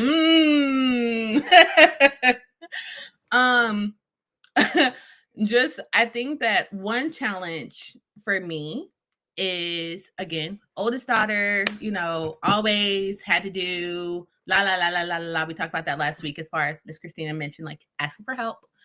Now that I'm like over that hump, I think the biggest challenge that I've had to face while being in a relationship as of recently is trusting my partner, like trusting that what he's saying he means. So what I mean by that is trusting that he sees me for who I am and that I don't have to over explain. So this could look like today, for example, because not for nothing, I'm in a new relationship, which, yay, go dating journey. We were talking about, I was like, yeah, I'm a perfectionist. Like I wrote him like a whole little text message when we first started dating. I was like, these are 3 things to know about me. 3 character flaws that to know about me, right? Sometimes being too open and honest, people are like, he was like, okay, that's fine.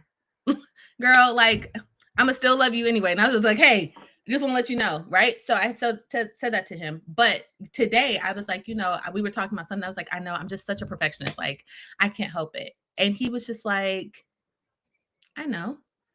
And it's okay.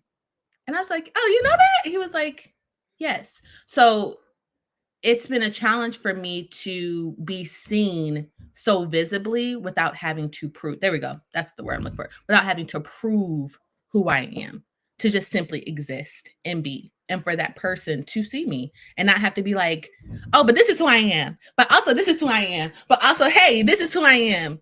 For him to just be like, girl, I see you every day. I see exactly who you are. And trust that what he's seeing is accurate. And that I don't have to then explain or over-explain. So that has been a challenge. And not like a tug and pull, just something that I've like, oh, let me work on that. Let me not do that. So yeah. And I don't know what that's really called, but in so many words. I don't think I could just have one word for it. I feel like Miss Christina might have a word for it, but like, That's all I got. February. Okay. All right. Well, for me, trust. Period. Point blank. Trust. How much can I trust you? So I feel like we don't really talk about this particular thing much, but we as women are told and taught not to trust men from get-go by the men in our lives. We are taught that by the men in our lives. Don't trust them. All they want is sex. Don't trust them. Don't trust them. Don't trust them. Don't trust them. And then they come around and prove why they shouldn't be trusted, whoever, they may be. So, yeah, I definitely struggle with trusting a guy fully. Now, trust is a spectrum, obviously. Like if you say, "Hey, let's go to the movies," do I trust you to drive? Yeah, I've seen you drive. It's okay. It's fine. I don't want to drive, so that's cool. But do I trust you with my, deepest, darkest, saddest secret? No, probably not. Probably not. It's going to take, about 30 years to get there. So trust. And then, my other struggle is listening without a filter. So listening to what the person said as they said it. Of course, ask some follow-up questions if I need clarity, whatever. But I've found that I really do have to work at taking off my own personal filter when someone is speaking to me, or if I'm in a relationship, if someone's speaking to me about something, I can't get in my immediate feelings. I have to stop, listen for real, and think through what was just presented to me. So that's kind of what I struggle with. Okay. So let's go on to our question number 5. And I think this is the last question of is it, Christina, the last question? I think it is the last question. And this is a big one. So it is submission. This word. What does that word submission mean to you? Does your partner have to agree? And is this a deal breaker? Is this a deal breaker?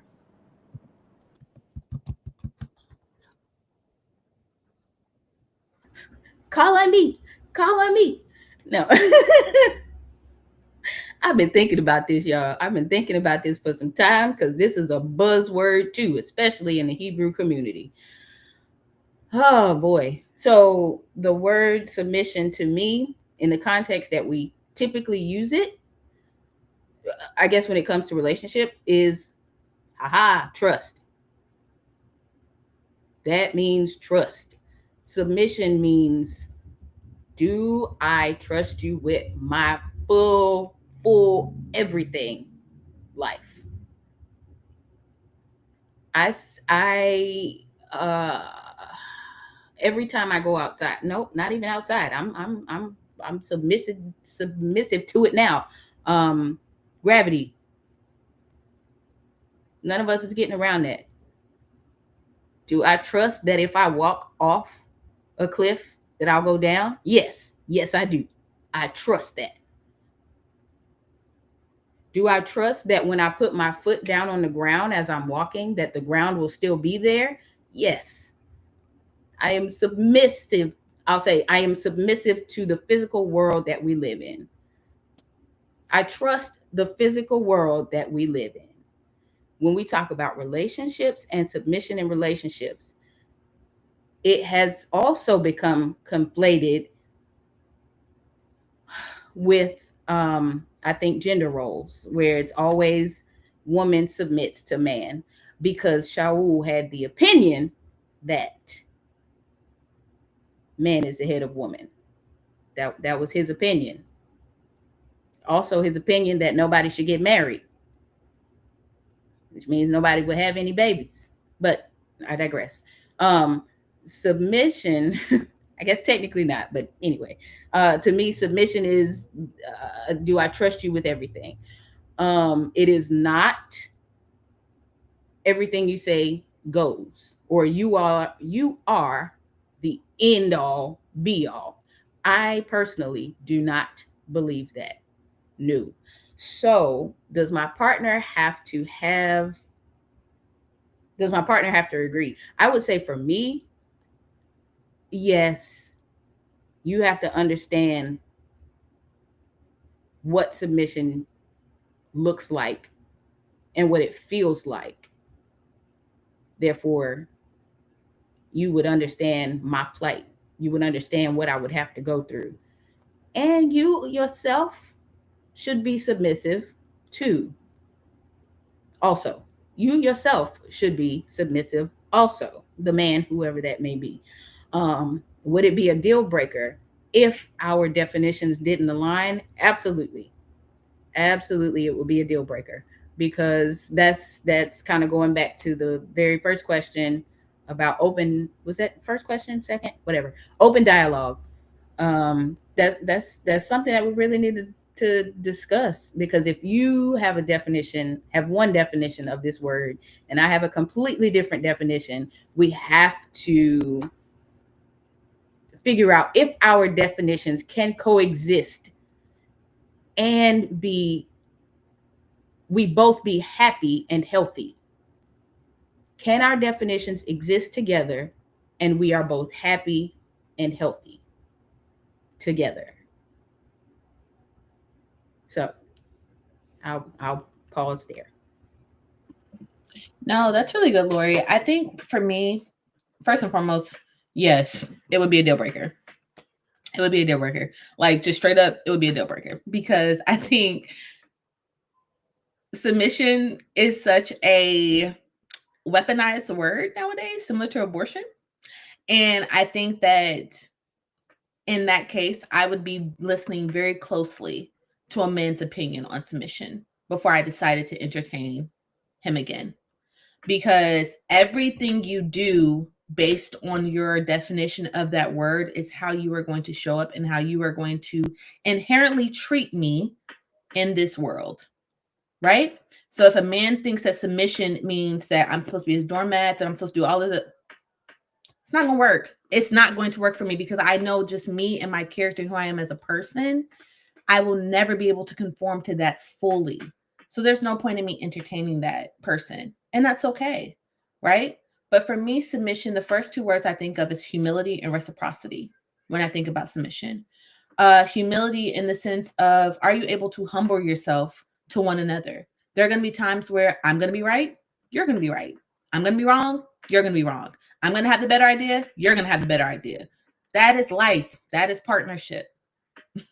And also, I think sometimes on the reverse side of that, women that are quote unquote fully submitted to the idea of being a submissive wife run into the pain of their husbands being perfect, right? So when they do make a bad decision, when something does happen, now all of a sudden your husband ain't crap, he low down, he don't make good decisions, he this, that, and the third. So there is a horrible inverse to being this wholly submissive wife, right? Because now I hate you. I can't stand you. You don't make no good decisions, blah, blah, blah, blah, blah, blah, blah, because now all of the weight of the family, the weight of the relationship is on the man. And that is not partnership. No business. If you look at marriage as a business opportunity, in a business, right? You have a CEO, you have a COO, you have a CFO, you have a board of trustees. There are checks and balances. And that's because no one thing can stand on its own. Even in spiritual assemblies, you have people in place. Even when in the kingdom of the Most High, all of us don't have the same gift. We all have different things. So when you take these buzzwords and apply them to the total sum of life, it makes more sense. But unfortunately, society lasers in on them places them in this one little box and says that a woman should be submissive to her husband in marriage, but she doesn't have to be submissive in sex. That's the parallel of the society we live in right now. You can be sexually free as a woman, but when it comes to marriage with a man, you need to be submissive. That is insane. It doesn't make sense. It goes against the very true nature of the two things, right? But that's what socially society is saying right now, right? And so for me, going back to the question with submission, humility, right? Humbling yourselves one to another, but then also reciprocity. It's a give and take. You know, maybe today I'm making dinner, tomorrow you making dinner. Maybe Wednesday, neither one of us making dinner. It was a rough Wednesday. We're going out to eat. We door dashing. Maybe today I'm doing the laundry this week. Next week you're doing laundry because I got to do things for the kids. Reciprocity. It's submitting. To me, submission is submitting to the common goals we have when we agreed to be in this relationship. When we agreed in our courting, again, open dialogue. What is the vision for this man's life? Can you submit to that? Can you humble yourself to that? Do you want to have reciprocity? Do you want to be reciprocal to that? If this man says every day I wake up at 5:30 in the morning and we are a gym family, we are fruitarians, we only eating fruit for the next 20 years, no reciprocity for that meat. Because for me, I'm gonna have a Klondike bar on Friday. It's been a rough day. I might have a little glass of wine on Saturday. It's been a rough week. You know, kids, life, whatever. So I know for me, I'm not going to be able to reciprocate that lifestyle. I can support you. I cut up all the fruit. But I know that I cannot commit to that lifestyle. So I think it's very important as women that we understand what a man is saying when he says submission. Again, going back to those core values. Submission is a core value, no matter how you slice it. Because we too want our partners to be submissive to us, to our needs, to our desires, to our journeys, to our passions, to our purposes. We want our husbands to serve us, our partners, even if you don't desire marriage, maybe you desire long-term partnership. We want our partners to be submissive to us and to hear us. So I think a big part of submission is also active listening. Not just doing what you think your person needs or doing what you think they want, but truly listening to the conversation. So yeah, that's why for me, we would have to agree and it would be a deal breaker. I don't see a world in which I would be able to compromise on that word and that world point of view. And I think it's okay to have things that you are unwilling to compromise on because you find yourself in less heartbreak. And that's all I got to say.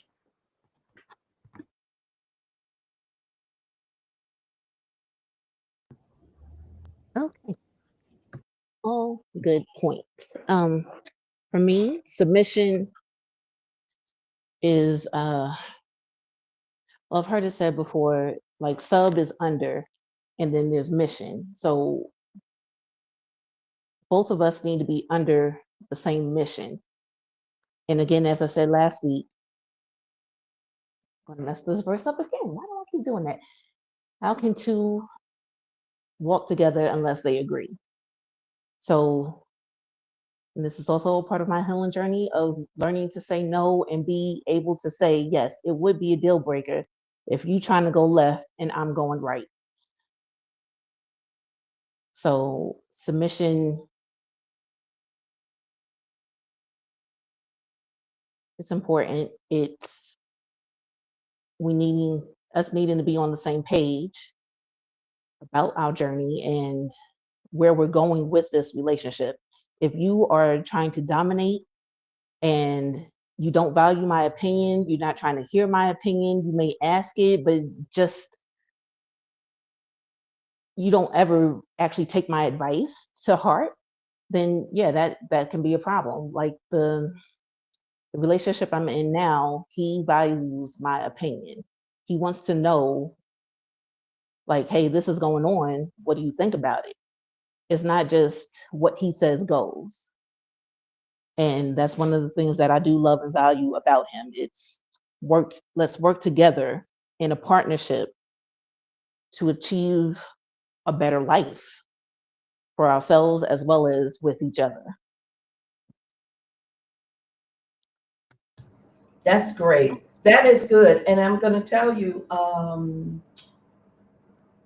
one of the men had the same response when the panel of men were on, and he broke down the word, as Casina just did, submission, that we are both under, about fulfilling the mission, both of us. So that means that both of us have to be submitted or under the vision or the mission for the family to move forward and be prosperous and have good success, because that's what it's all about. And that what Yehoshua said. He said that you will be prosperous and have good success. So that is a great point. I love how that word is broken down, and below, or I'm sorry, under the mission. Yeah, I love the way that's put. Mhm, However, mhm, that's not how it's used. That's not what it means when they say it. mhm. So dealing with the reality of the majority of what people mean when they say submissive is, you listen to me, what I say goes. I'm the last word. Um, I'm not to be preachy at all, but I'm gonna read Genesis chapter 1, verse 27. And Elohim created the man in his image. In the image of Elohim, he created him. Male and female, he created them. Them. He created them. Was Yeah. So it wasn't that one was above the other in any way. It wasn't that one was more important than the other. And I bring that up because of the existence of the opposite word. Mhm. Submission, dominance. So when you come at me saying I am dominant over you, now we got to fight. I might lose, but we got to fight. Nah. Um, but to truly, for someone to say to another adult, I am dominant over you, that's kind of offensive. And to me, it's a manipulative tactic to say, be submissive, be submissive, be submissive. Because what you're really trying to say is, I'm dominant over you. I am dominant over you. I'm dominant over you. In what way? In what ways? And this kind of wraps back around to a point that Gloria made earlier about, we were talking about male and man. And Gloria said, uh, we think of like men is typically the provider, protector, those characteristics. And then I was sitting here thinking, have we not provided? Meaning women. Have we not protected? Have we not had strong character? Have we not throughout history? So tell me what's so much more dominant about the male species than the female. My point is, neither is more important than the other. Your word is not more important than mine. My word is not more important than yours. We got to come together. It has to be a together. Unfortunately, that's what happened in the garden. We were literally broken apart. We no longer understood each other. We no longer understood that mission. I do love that. Under the mission. That is such a beautiful thing to say. We were no longer aligned. And my desire is just for us as men and women to be aligned. I'm not better than you are. You're not better than I am.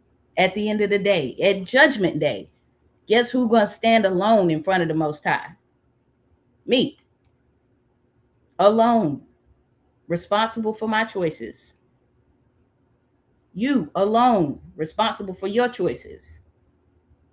Now, I get that there's a whole, also, again, we keep bringing this up. There's a whole cultural aspect where, in the scripture, where men were literally the providers. They had animals, they had land, they had, the means to provide for the household. Absolutely, I get that. I get that culturally, and I get, I guess, where we have come since then, if that makes sense. I feel like I'm rambling now, but my whole point was that we are adults. We are consenting adults. You are not above me. I am not above you. We're in this thing together. And I'm gonna stop there. Just really quick. Okay, go ahead, Gloria. Go ahead. The scripture, because it was brought up concerning what Shaul said concerning, male and female. So I know, Lori, you read 1 and 27, but in completing that 28, he goes on to say that be fruitful, increase, and fill the earth and subdue it. That was the mission for both of them, that they were to subdue the earth. They rule over the fish of the sea, over the birds of the heavens, over the creeping creatures. See, I've given you every plant that yields seed, the face of the earth, every tree that needs seed. He is now speaking to both male and female, giving them the mission on what they are what they're supposed to focus on now that they have been created and put on the earth. And it came to, and then at the end of 30, he says, and it came to be so. Now that's the Most High who has spoken it and given authority of male and female in the earth. But then there's something that happened, and I'm going to go to 3 and 3, Genesis 3. And we're going to look at, I think it's 4, there it is, in 16. And this is where people, say, this is where Shaul is getting that from. So he says to the woman, he says, I greatly increase your sorrow, your conception, bring forth children. And in pain, your desire is for your husband, and he does rule over you. Now that word rule is mashal, as I think I spoke about this before. And the word mashal does mean to be over, to cover, to be in a position to bear up. So it's from the perspective of he is going to make sure, because let's go back to the historical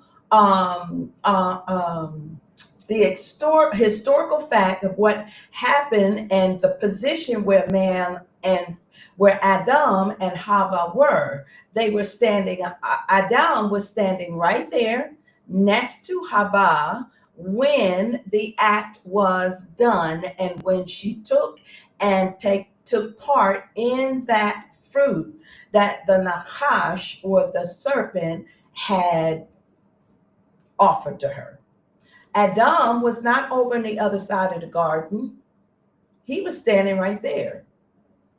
So when Father brings this point out, and he does rule over you, this is a promise of protection over the woman. It's not meant to be that you're going to take this word and now make it oppressive. That's not what it was meant to be. It was not a statement of oppression, but it was a statement of protection, and that he is going to care for you. He's going to cover you. He's going to provide for you and shield you and guard you. So guess what? So that this does not happen again. So now he puts man in the position and says, you get on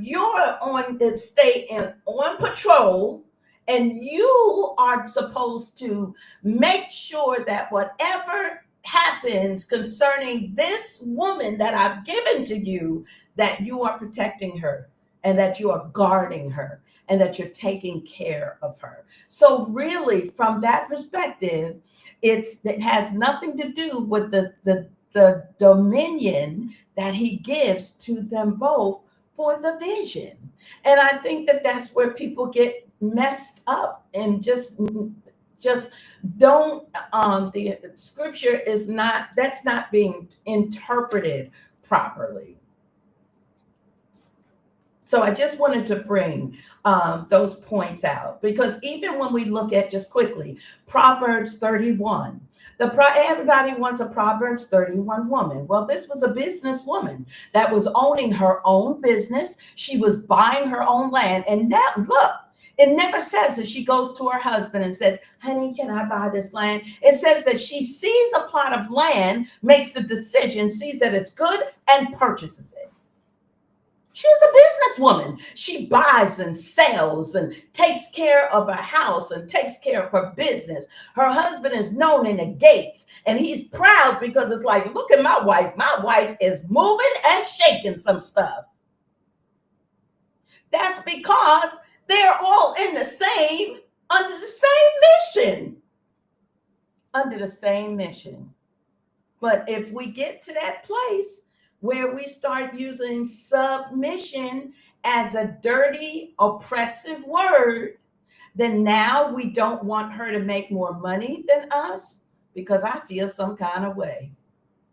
Now I don't want her to have, I mean, just whatever. It can go to so many levels that it becomes oppressive, and that's not what what Father Yah is saying in that statement. And he shall rule over you. So I think that that's one of those things. And I just want to quickly say thank you, Finding Nashima. She came back on and she has apologized. Thank you very much. We're having a conversation and we're just listening to what our young sisters have to say. And we accept your apology. We get it. We get it, because sometimes this is part of the iron sharpening iron. When we see iron going against iron, sharpening iron, what do we see? Sparks. Absolutely. We see sparks.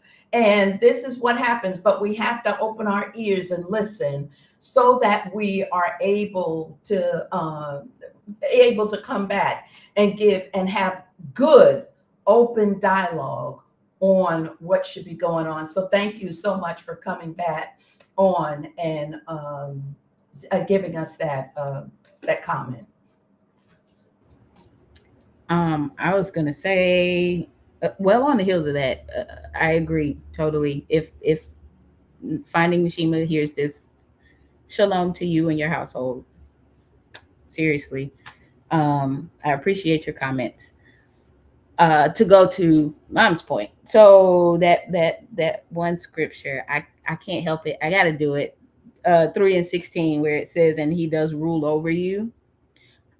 Preposition words are very important to us. Very, very important to us. Over is a preposition word. So, yeah, that word should not be translated as over. The word itself says in you. And he shall rule in you. Literally from the Hebrew, it says in you, not over you. And I bring that out because that would be a real easy one, or that is a real easy one to go to and say, you're supposed to submit because Genesis chapter 3 says. And you're correct, because it does have a bay, and it says ba meshel. So that bay does mean in you, correct. I was just going to say, I think it's very important to the conversation when we think about submission as well. I would have to disagree with Lori on the part of like us being equal. I don't think that every man you're equal to, like in the sense of like, I don't think that submission is something that I don't think it's an equal exchange with everyone. I think that there is a level of hierarchy that is required sometimes in roles and responsibilities. And we see this even when it comes to like a parent and a child, right? Like me and my son, we are not equals. I can talk to him, I can be respectful, I can listen to him, I can be gentle parenting, la la la la la la la la. But there is a level of responsibility that is required in our power, again, to Miss Christina's words, this power exchange, this energy exchange. And I think the same thing applies when it comes to being in a specifically, not in your dating journey. I don't think submission comes into play in your dating journey. I don't think that is a word that you should be using and applying in your dating journey. It should be an open dialogue conversation point. I don't think you need to be doing it to everyone you date. I want to make that very, very clear. I think that is more reserved than sex, if I'm being open and honest about it.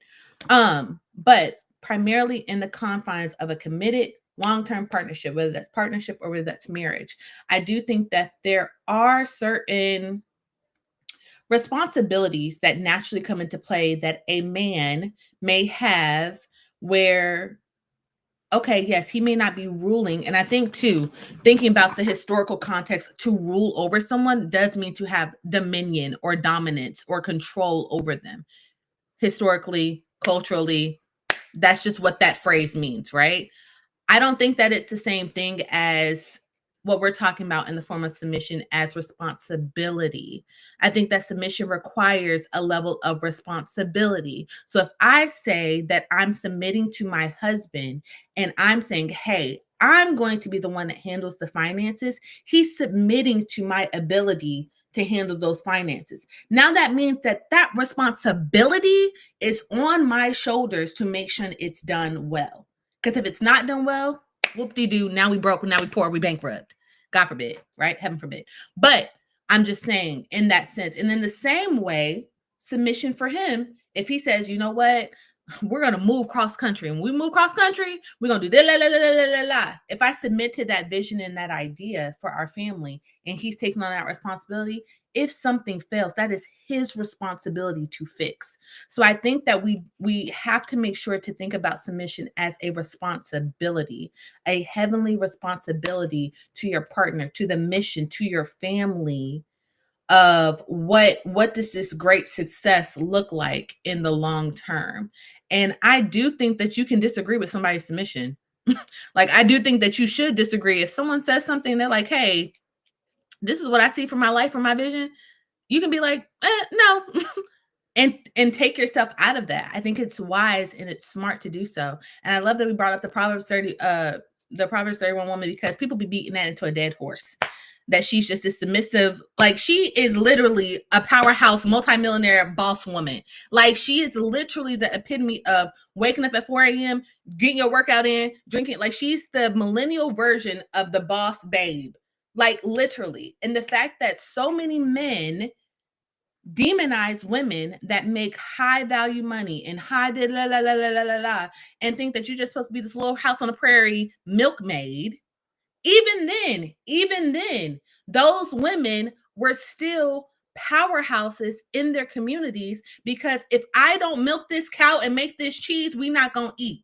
Okay, if I don't put the seed in the ground after my husband plows it, we're not gonna have a harvest. If I get lazy and I don't stir this pot of stew over this fire for 8 hours, when this winter snow comes in, we gonna die because we ain't got nothing to eat. So to Lori's point, as far as that providing aspect, I do think that there is an even level of a power exchange when it comes to provision. But I think that, again, that is an open dialogue conversation that you have with your person, because not every man is expecting to be the sole financial provider of his family, but also not every woman wants a man to be the sole financial provider of their family.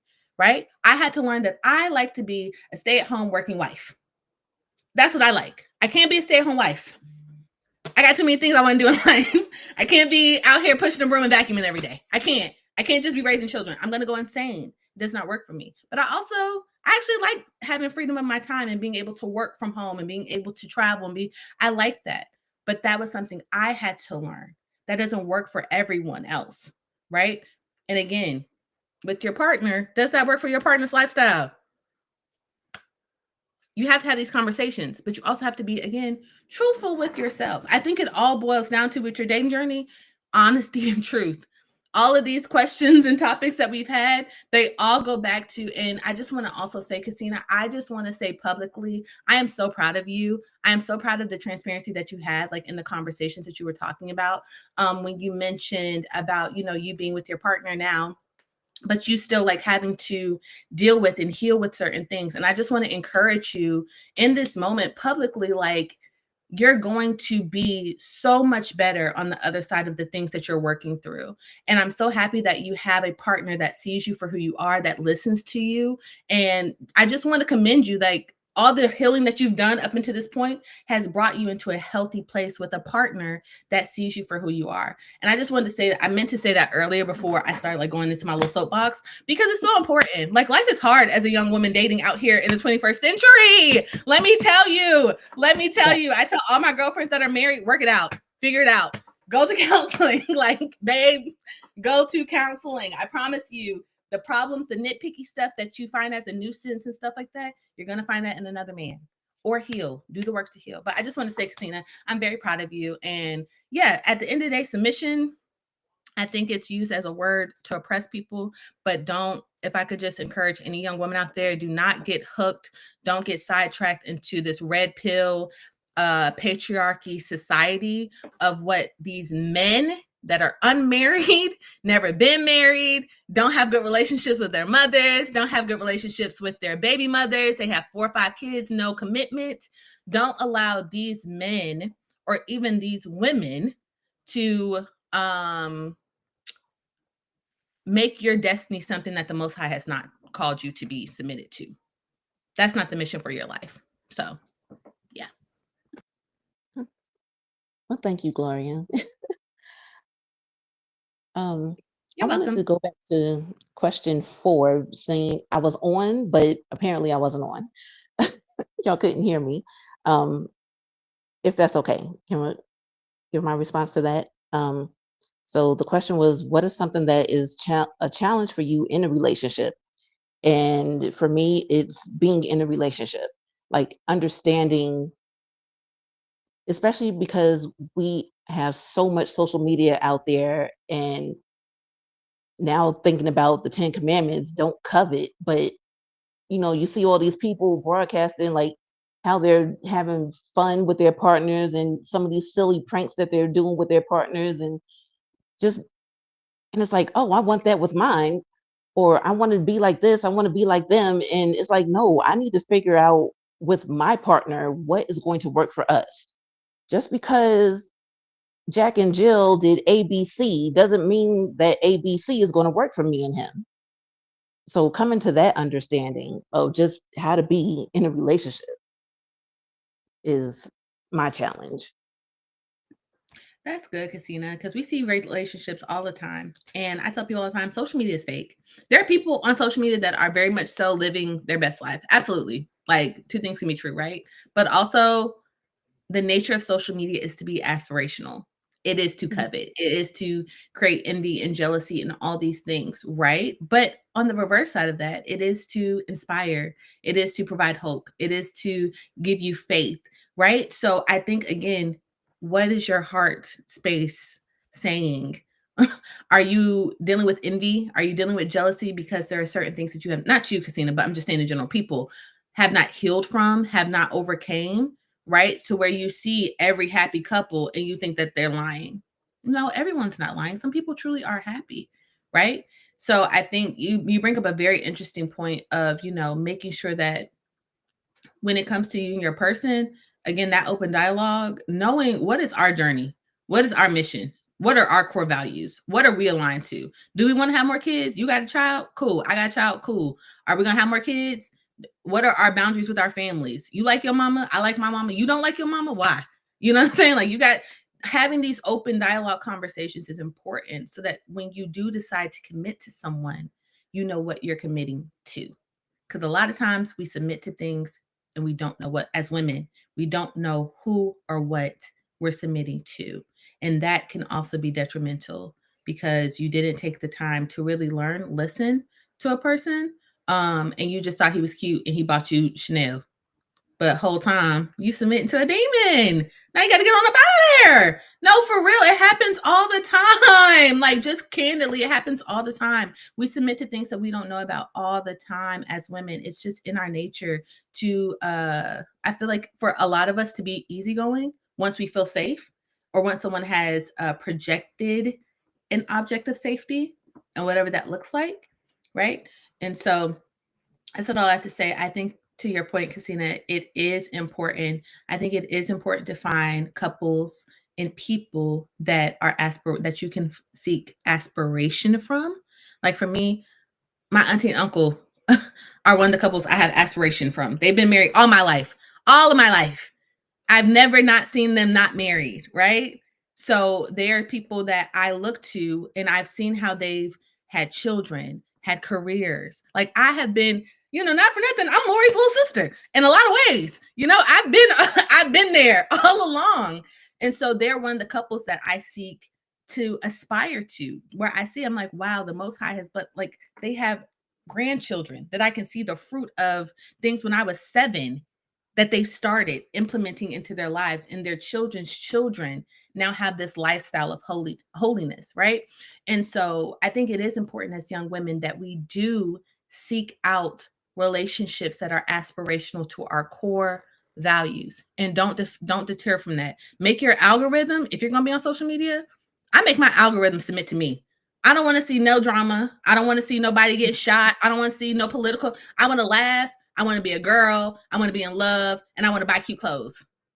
This is my social media, right? So I think it's important that you curate your vibe, right? Because at the end of the day, we're always on social media. No matter how much you try not to be on it, you're going to be on it for some reason, whatever platform is your thing.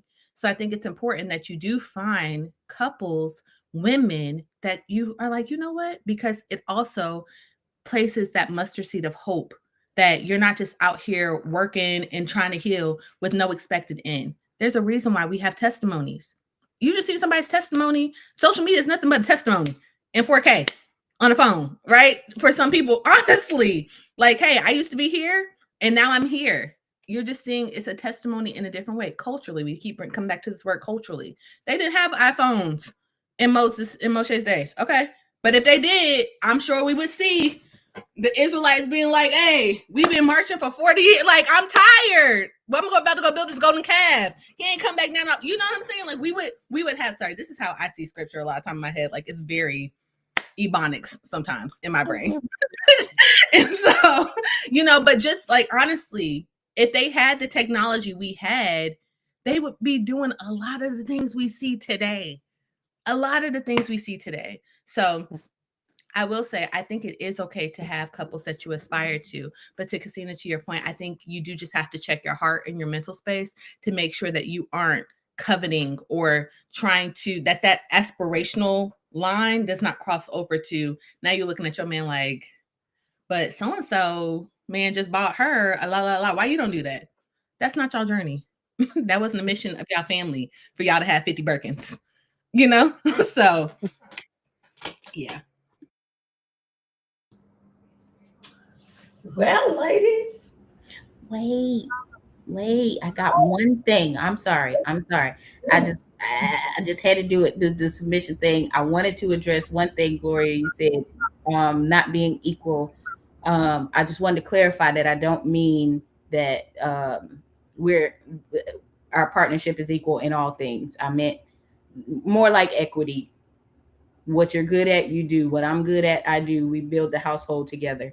And the fact that we, I hear this quite often though, especially when it relates to men and women relationship, intimate romantic relationships. It's often compared to parenthood. I don't like that. I'm gonna throw that out there. I don't like that. That's weird. Because you're not my father. I have a father. He raised me. So my husband is not my father, is my point.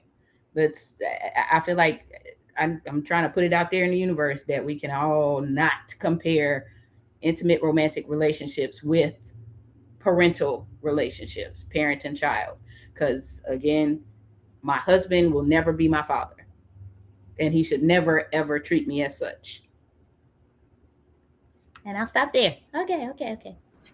Touche. And that's a great um, ending point,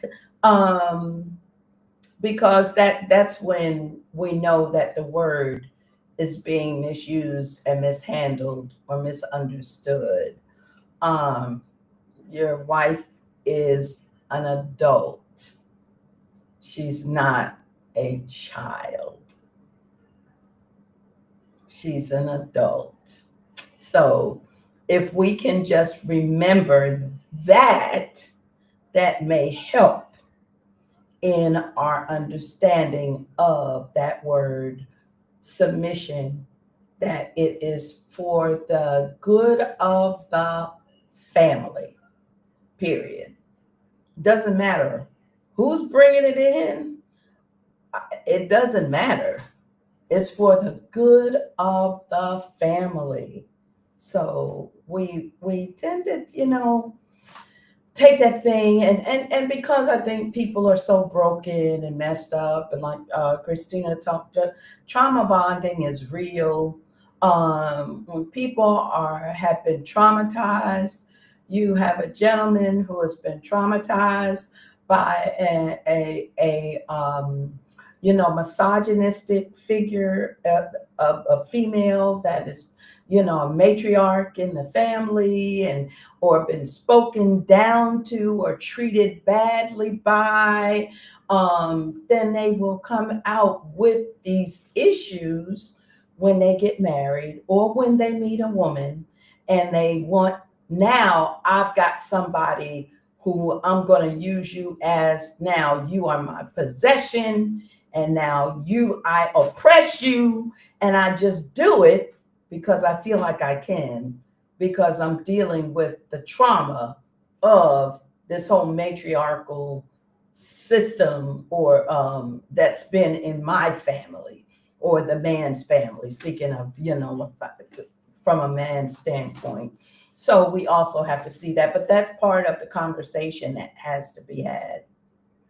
And it's I think personally it's really ridiculous for a man to just start talking about submission on a date. I would run.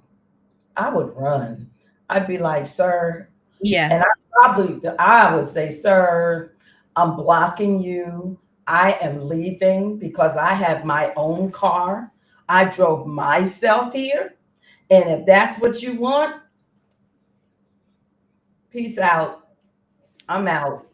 Because Yeah. that's not something that you should say or ask a woman in the time of just dating, because she doesn't need to submit to you, because there's no mission. You're not together. You're not a couple. There's no mission. They be thinking you together though. They be thinking in their brain, you are territory that has been conquered because you went on a date. They be Oh, thinking, wow. I'm serious. Oh, I'm yeah. so serious. Been all I that off don't understand. I don't understand. We can't misuse and mishandle those words, because that's not appropriate, and it's not appropriate to treat an adult like a child, because you wouldn't want to go on a job and be treated like that by a superior, by a boss, or by your superior, your supervisor. They're your supervisor. Then they don't get to treat you like or talk to you like you're their child. And you wouldn't put up with that. Nobody would put up with that. But you will go home and oppress your wife and, do stuff like that. It's just, there's been horror stories concerning that word, because men don't know. I'm not saying all men. Some men don't understand how to regulate themselves, and they just don't understand that the word does not mean what they think it means. Yeah. Mhm. Does anyone have anything else you want to bring out? And I'm going to just throw this out there.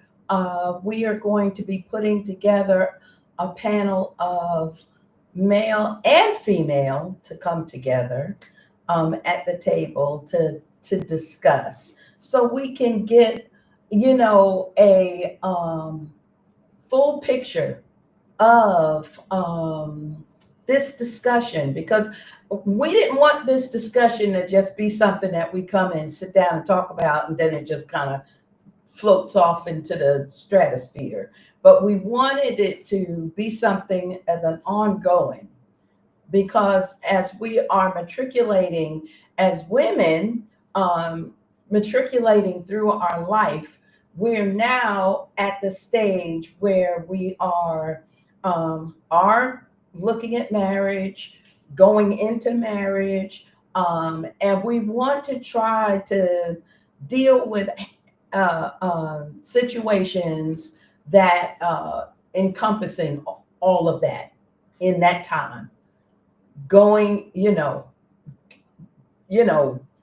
the dating stage, in the marrying stage, beginning of the marrying stage. So this is something we want to, to continue the dialogue and the discussion, because it's just so, really so important. And we want to thank you ladies again for coming on, and just, it has been so good. And I'm going to ask you, please, please, if you would be available once we get that together, to come on with our panel of men, to be able to just discuss, maybe not the same questions, but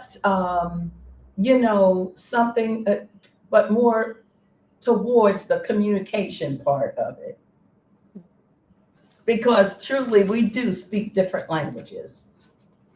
We absolutely do. That's like I said, one time I was laughing, and my husband said, do you need another dress?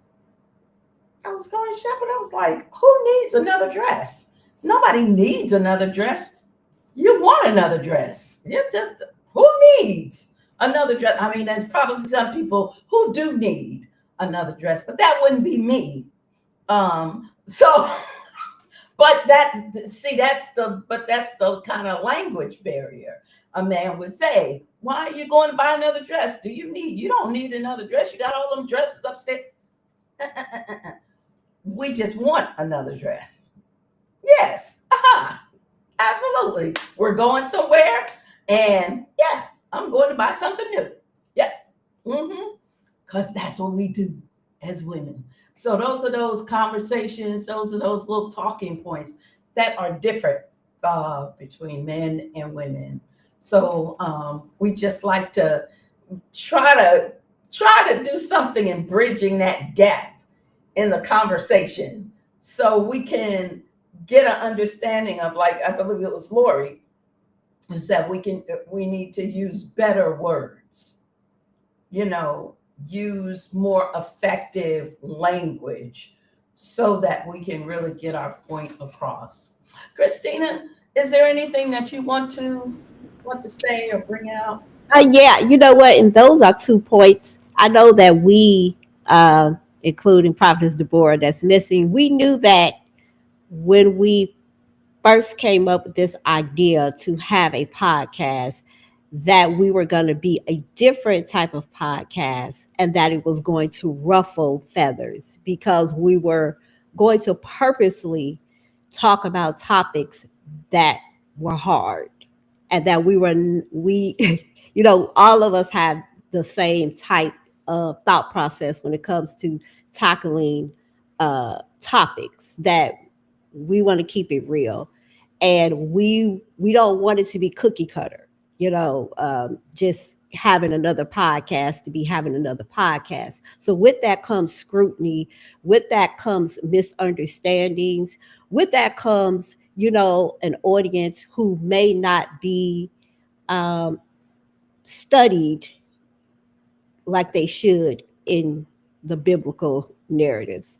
And so we know that, but we are not going to shy away. And so I want to say that effective listening and learning how to communicate, I hope that we can model that to our audience, because because my son was like, well, Mom, you were sitting there quiet. Exactly, because we want to hear from the panel, right? And you'll see me sitting here listening intently because I want to learn how to listen. So by the time, and we're teaching even our young women, as we lead by example, how to listen with understanding and coming up with, like Lori suggested, maybe we need to, focus on word usage. Exactly, because we don't want to just be another podcast that do the same thing. We want to bring change to our community because we're tired of seeing certain things. So we know that's going to come with backlash, because right now our whole series has been tearing down misogynistic thinking and sexist views, and how we even view the Bible from a very misogynistic and sexist way. And so, and then you'll see our own religious spirit rise up, that's in us, that's in me, and be like, woo. But when you take the time to have honest conversations and to midrash, and a lot of people don't know how to midrash. A lot of people, unfortunately, don't know how to study. And I don't want to sound like I am like a doctorate in, I don't want to sound like that. But we have like a lot of new people. I don't care if you've been in here 5, 6 years, 7 years. We are really unskilled in handling Torah, right? And so then we bring the scriptures into our conversations without really being studied. We only know what we know, but we have to learn how to communicate and talk about real world topics with logical solutions, even though we are believers in the Bible. And that is very hard to do because most of us hide behind the Bible in our spirituality instead of looking at us and how we make decisions. And we want to hide behind the scripture because the scripture said, I know that's how we read in Western thought, but since you brought it up, now we have to correct that thought. We have to bring culture and history. And so how about we just have candid conversations? How about that? How about we just talk candidly and truthfully? How about that? Let's start there first. And then in our safe spaces, when you want to bring those scriptures up, then we're going to have to midrash, tell you what it really means. Now reapply it to this particular topic and still make a logical decision. People hate that. But I know this is a spiritual thing as well, but we heavy on the spirit and we don't have no common sense down here on earth. Not a lick of sense. So with that being said, this is a podcast that helps us to communicate effectively and to listen effectively with understanding without responding, learning that some topics is going to trigger us. That just is what it is. Some topics are going to trigger men heavy, and some topics are going to trigger women heavy, but we still got to have the conversation. And I always teach, you are responsible for your own triggers. Nobody else is responsible for your trigger words, topics, conversations that trigger you. So if you know that, and that goes for all of us, if we know that, then when we are listening to conversations like this, we need to gauge our own nervous system and say, "Ooh, they talking about sex." I have a personal conviction. Let me calm down because my thought process may be different. So let me listen with understanding so that I can respond correctly, right? Because you got to respond. But sometimes we don't understand the trauma that we have as we are having these conversations. And I don't care how many people want to get tired of me saying that. I'm going to say that until I close my eyes, because that is a tremendous, it's tremendous, a tremendous amount of weight that we put on ourselves when we view topics like this, and we don't understand the trauma. And that's why we put the weight of, wait a minute, sex is bad, or wait a minute. And we come to the table with that weight, and we need healing. We need healing.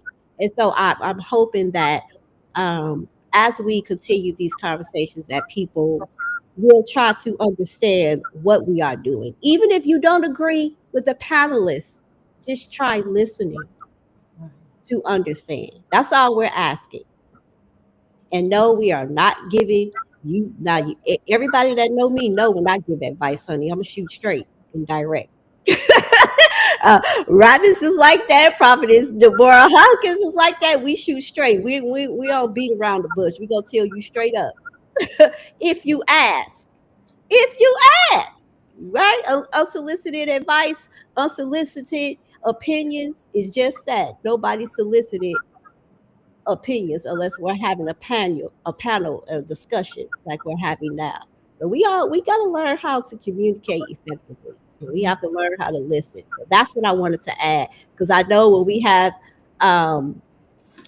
the men and women come together, I think they're going to do good together just by listening to the men first and listening to you all. I think when you come together, you can show some of the elders how to have a conversation and to listen effectively. I'm serious. It's a shame that we're going to have the younger people come on to teach the older people how to listen and have conversations effectively. Like, you can have a different point of view and still have a great conversation. Man, and that's a tough one. But as we said, our older elders and stuff, like, they seem to be really immature. This is not a dig or shot at certain people. I'm talking about as a group, as a nation, as believers overall. So I'm excited about this next. Is that what we doing next week? Or we gonna take a break? I think we're going to take a break so we can get the men and the women together. Okay. And we'll once we put that together, then we'll come back. But I think maybe a week or two of a break. And then we can come together. Okay. Hopefully y'all are will be available still. And we'll contact the men and see if they're available, and then we'll come up. But I'm thinking maybe a week or two. We'll see how that works out. But we all just as a disclaimer, listen, we do not look for opinions like ours. That's not. So if you think that that's what this podcast is about, it's not. We are looking at conversations, having the conversation about these hard topics. We are not looking for people who believe the exact same way that we believe. That's not what we're looking at. That's just not this podcast. And if anybody is thinking, oh, that they're not believing, this is a podcast on an opening, a safe space for a person to be able to give their view and their perspective. And sometimes their view and their perspective is a different interpretation of what they think the scripture says. And I often say, we come into the Torah and we've been in it 5 years. Well, we're in kindergarten. Think about that. You're in kindergarten. So, I mean, you've got to be able to sit down and listen to those who are on the senior level that have been walking in it for more than 12 years. Okay. So you want to make sure that you are understanding where you are in the whole scheme of things. If you've been in it 7 years, well, you're in the second grade. That's just, I mean, if we want to break it down that way from just an educational standpoint Right. of your learning. So we want to be able to just cultivate, as I say in the beginning of every broadcast, we are cultivating healthy and open dialogue between mothers and daughters, husbands and wives, mature and younger women. These demographics is important because there's been a breakdown where mothers have not been passing on what they should have been passing on to their daughters, and because they're not listening, children are going on trying to figure things out for themselves, as it was said. So, Christina, thank you for that. And ladies, Lori, Gloria, Casina, thank you again. Thank you so much for coming on, taking time out of your busy schedule. We do not count that, we do not take this lightly, that you have come on and spent this much time with us to go over these topics and be able to talk about them transparently and honestly. Um, and we will never look at you in any kind of way other than with love and respect, as because I get it. I hear you. It's hard out in these 2026 streets. I just can't even imagine, what it looked like, because it didn't look like this when Right. me and my husband were dating and coming together. It didn't look like this. So we thank you so much for coming on, and thank you for your candid talk. And we're excited. We're going to get with the men, and we're going to get a time, and we're going to get, I'm really excited about that. And we are going to just have a real good discussion. So I may come back and ask you for some thoughts and opinions on maybe four topics that really are at your heart, that you really want to hear from a man's perspective. And we're going to do the same thing with the men, so that we can have a really good conversation. We don't want to I don't think we should make up the question this time, but that it's important that what you all want to hear and what they will want to hear from you all. Yeah. That's good. Yeah. Okay, great. Okay. All All right. right. We ready to close out? Our email is the righteous view 01 at gmail.com. Please send in topics that you feel will be beneficial. If you have a degree or special training in a specific area related to women's health and would like to be a special guest, please email your bio and we will review it and reply as soon as we can. I don't Mhm. know. We're not continuing next Thursday, but give us a week or so. Maybe we'll put out some videos to fill in those weeks. So Mhm. next week we'll have not next week, but a couple of weeks, maybe a week or two, we'll have the men and women come on and share their perspectives on relationships. And if you have enjoyed the podcast so far, please tune in and tell a friend. If you put a comment in the chat that we didn't address, please email us and we will reply as soon as we can. And I want to stress that if you have a comment or a question that you want us to address, email it to us, because you might not feel comfortable typing it in the chat, but email it to us, because some people may be curious as to why we say what we say, and we can further explain it in the email. All right. Absolutely. And our email again is I'm getting ready to do the wrong one. The righteous view.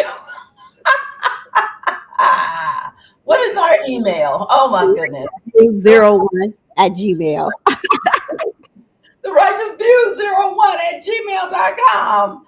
Oh, Father. So we just want to thank you all. Thank you to our guest panelists again.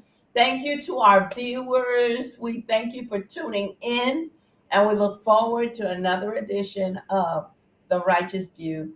Have a good evening, everyone.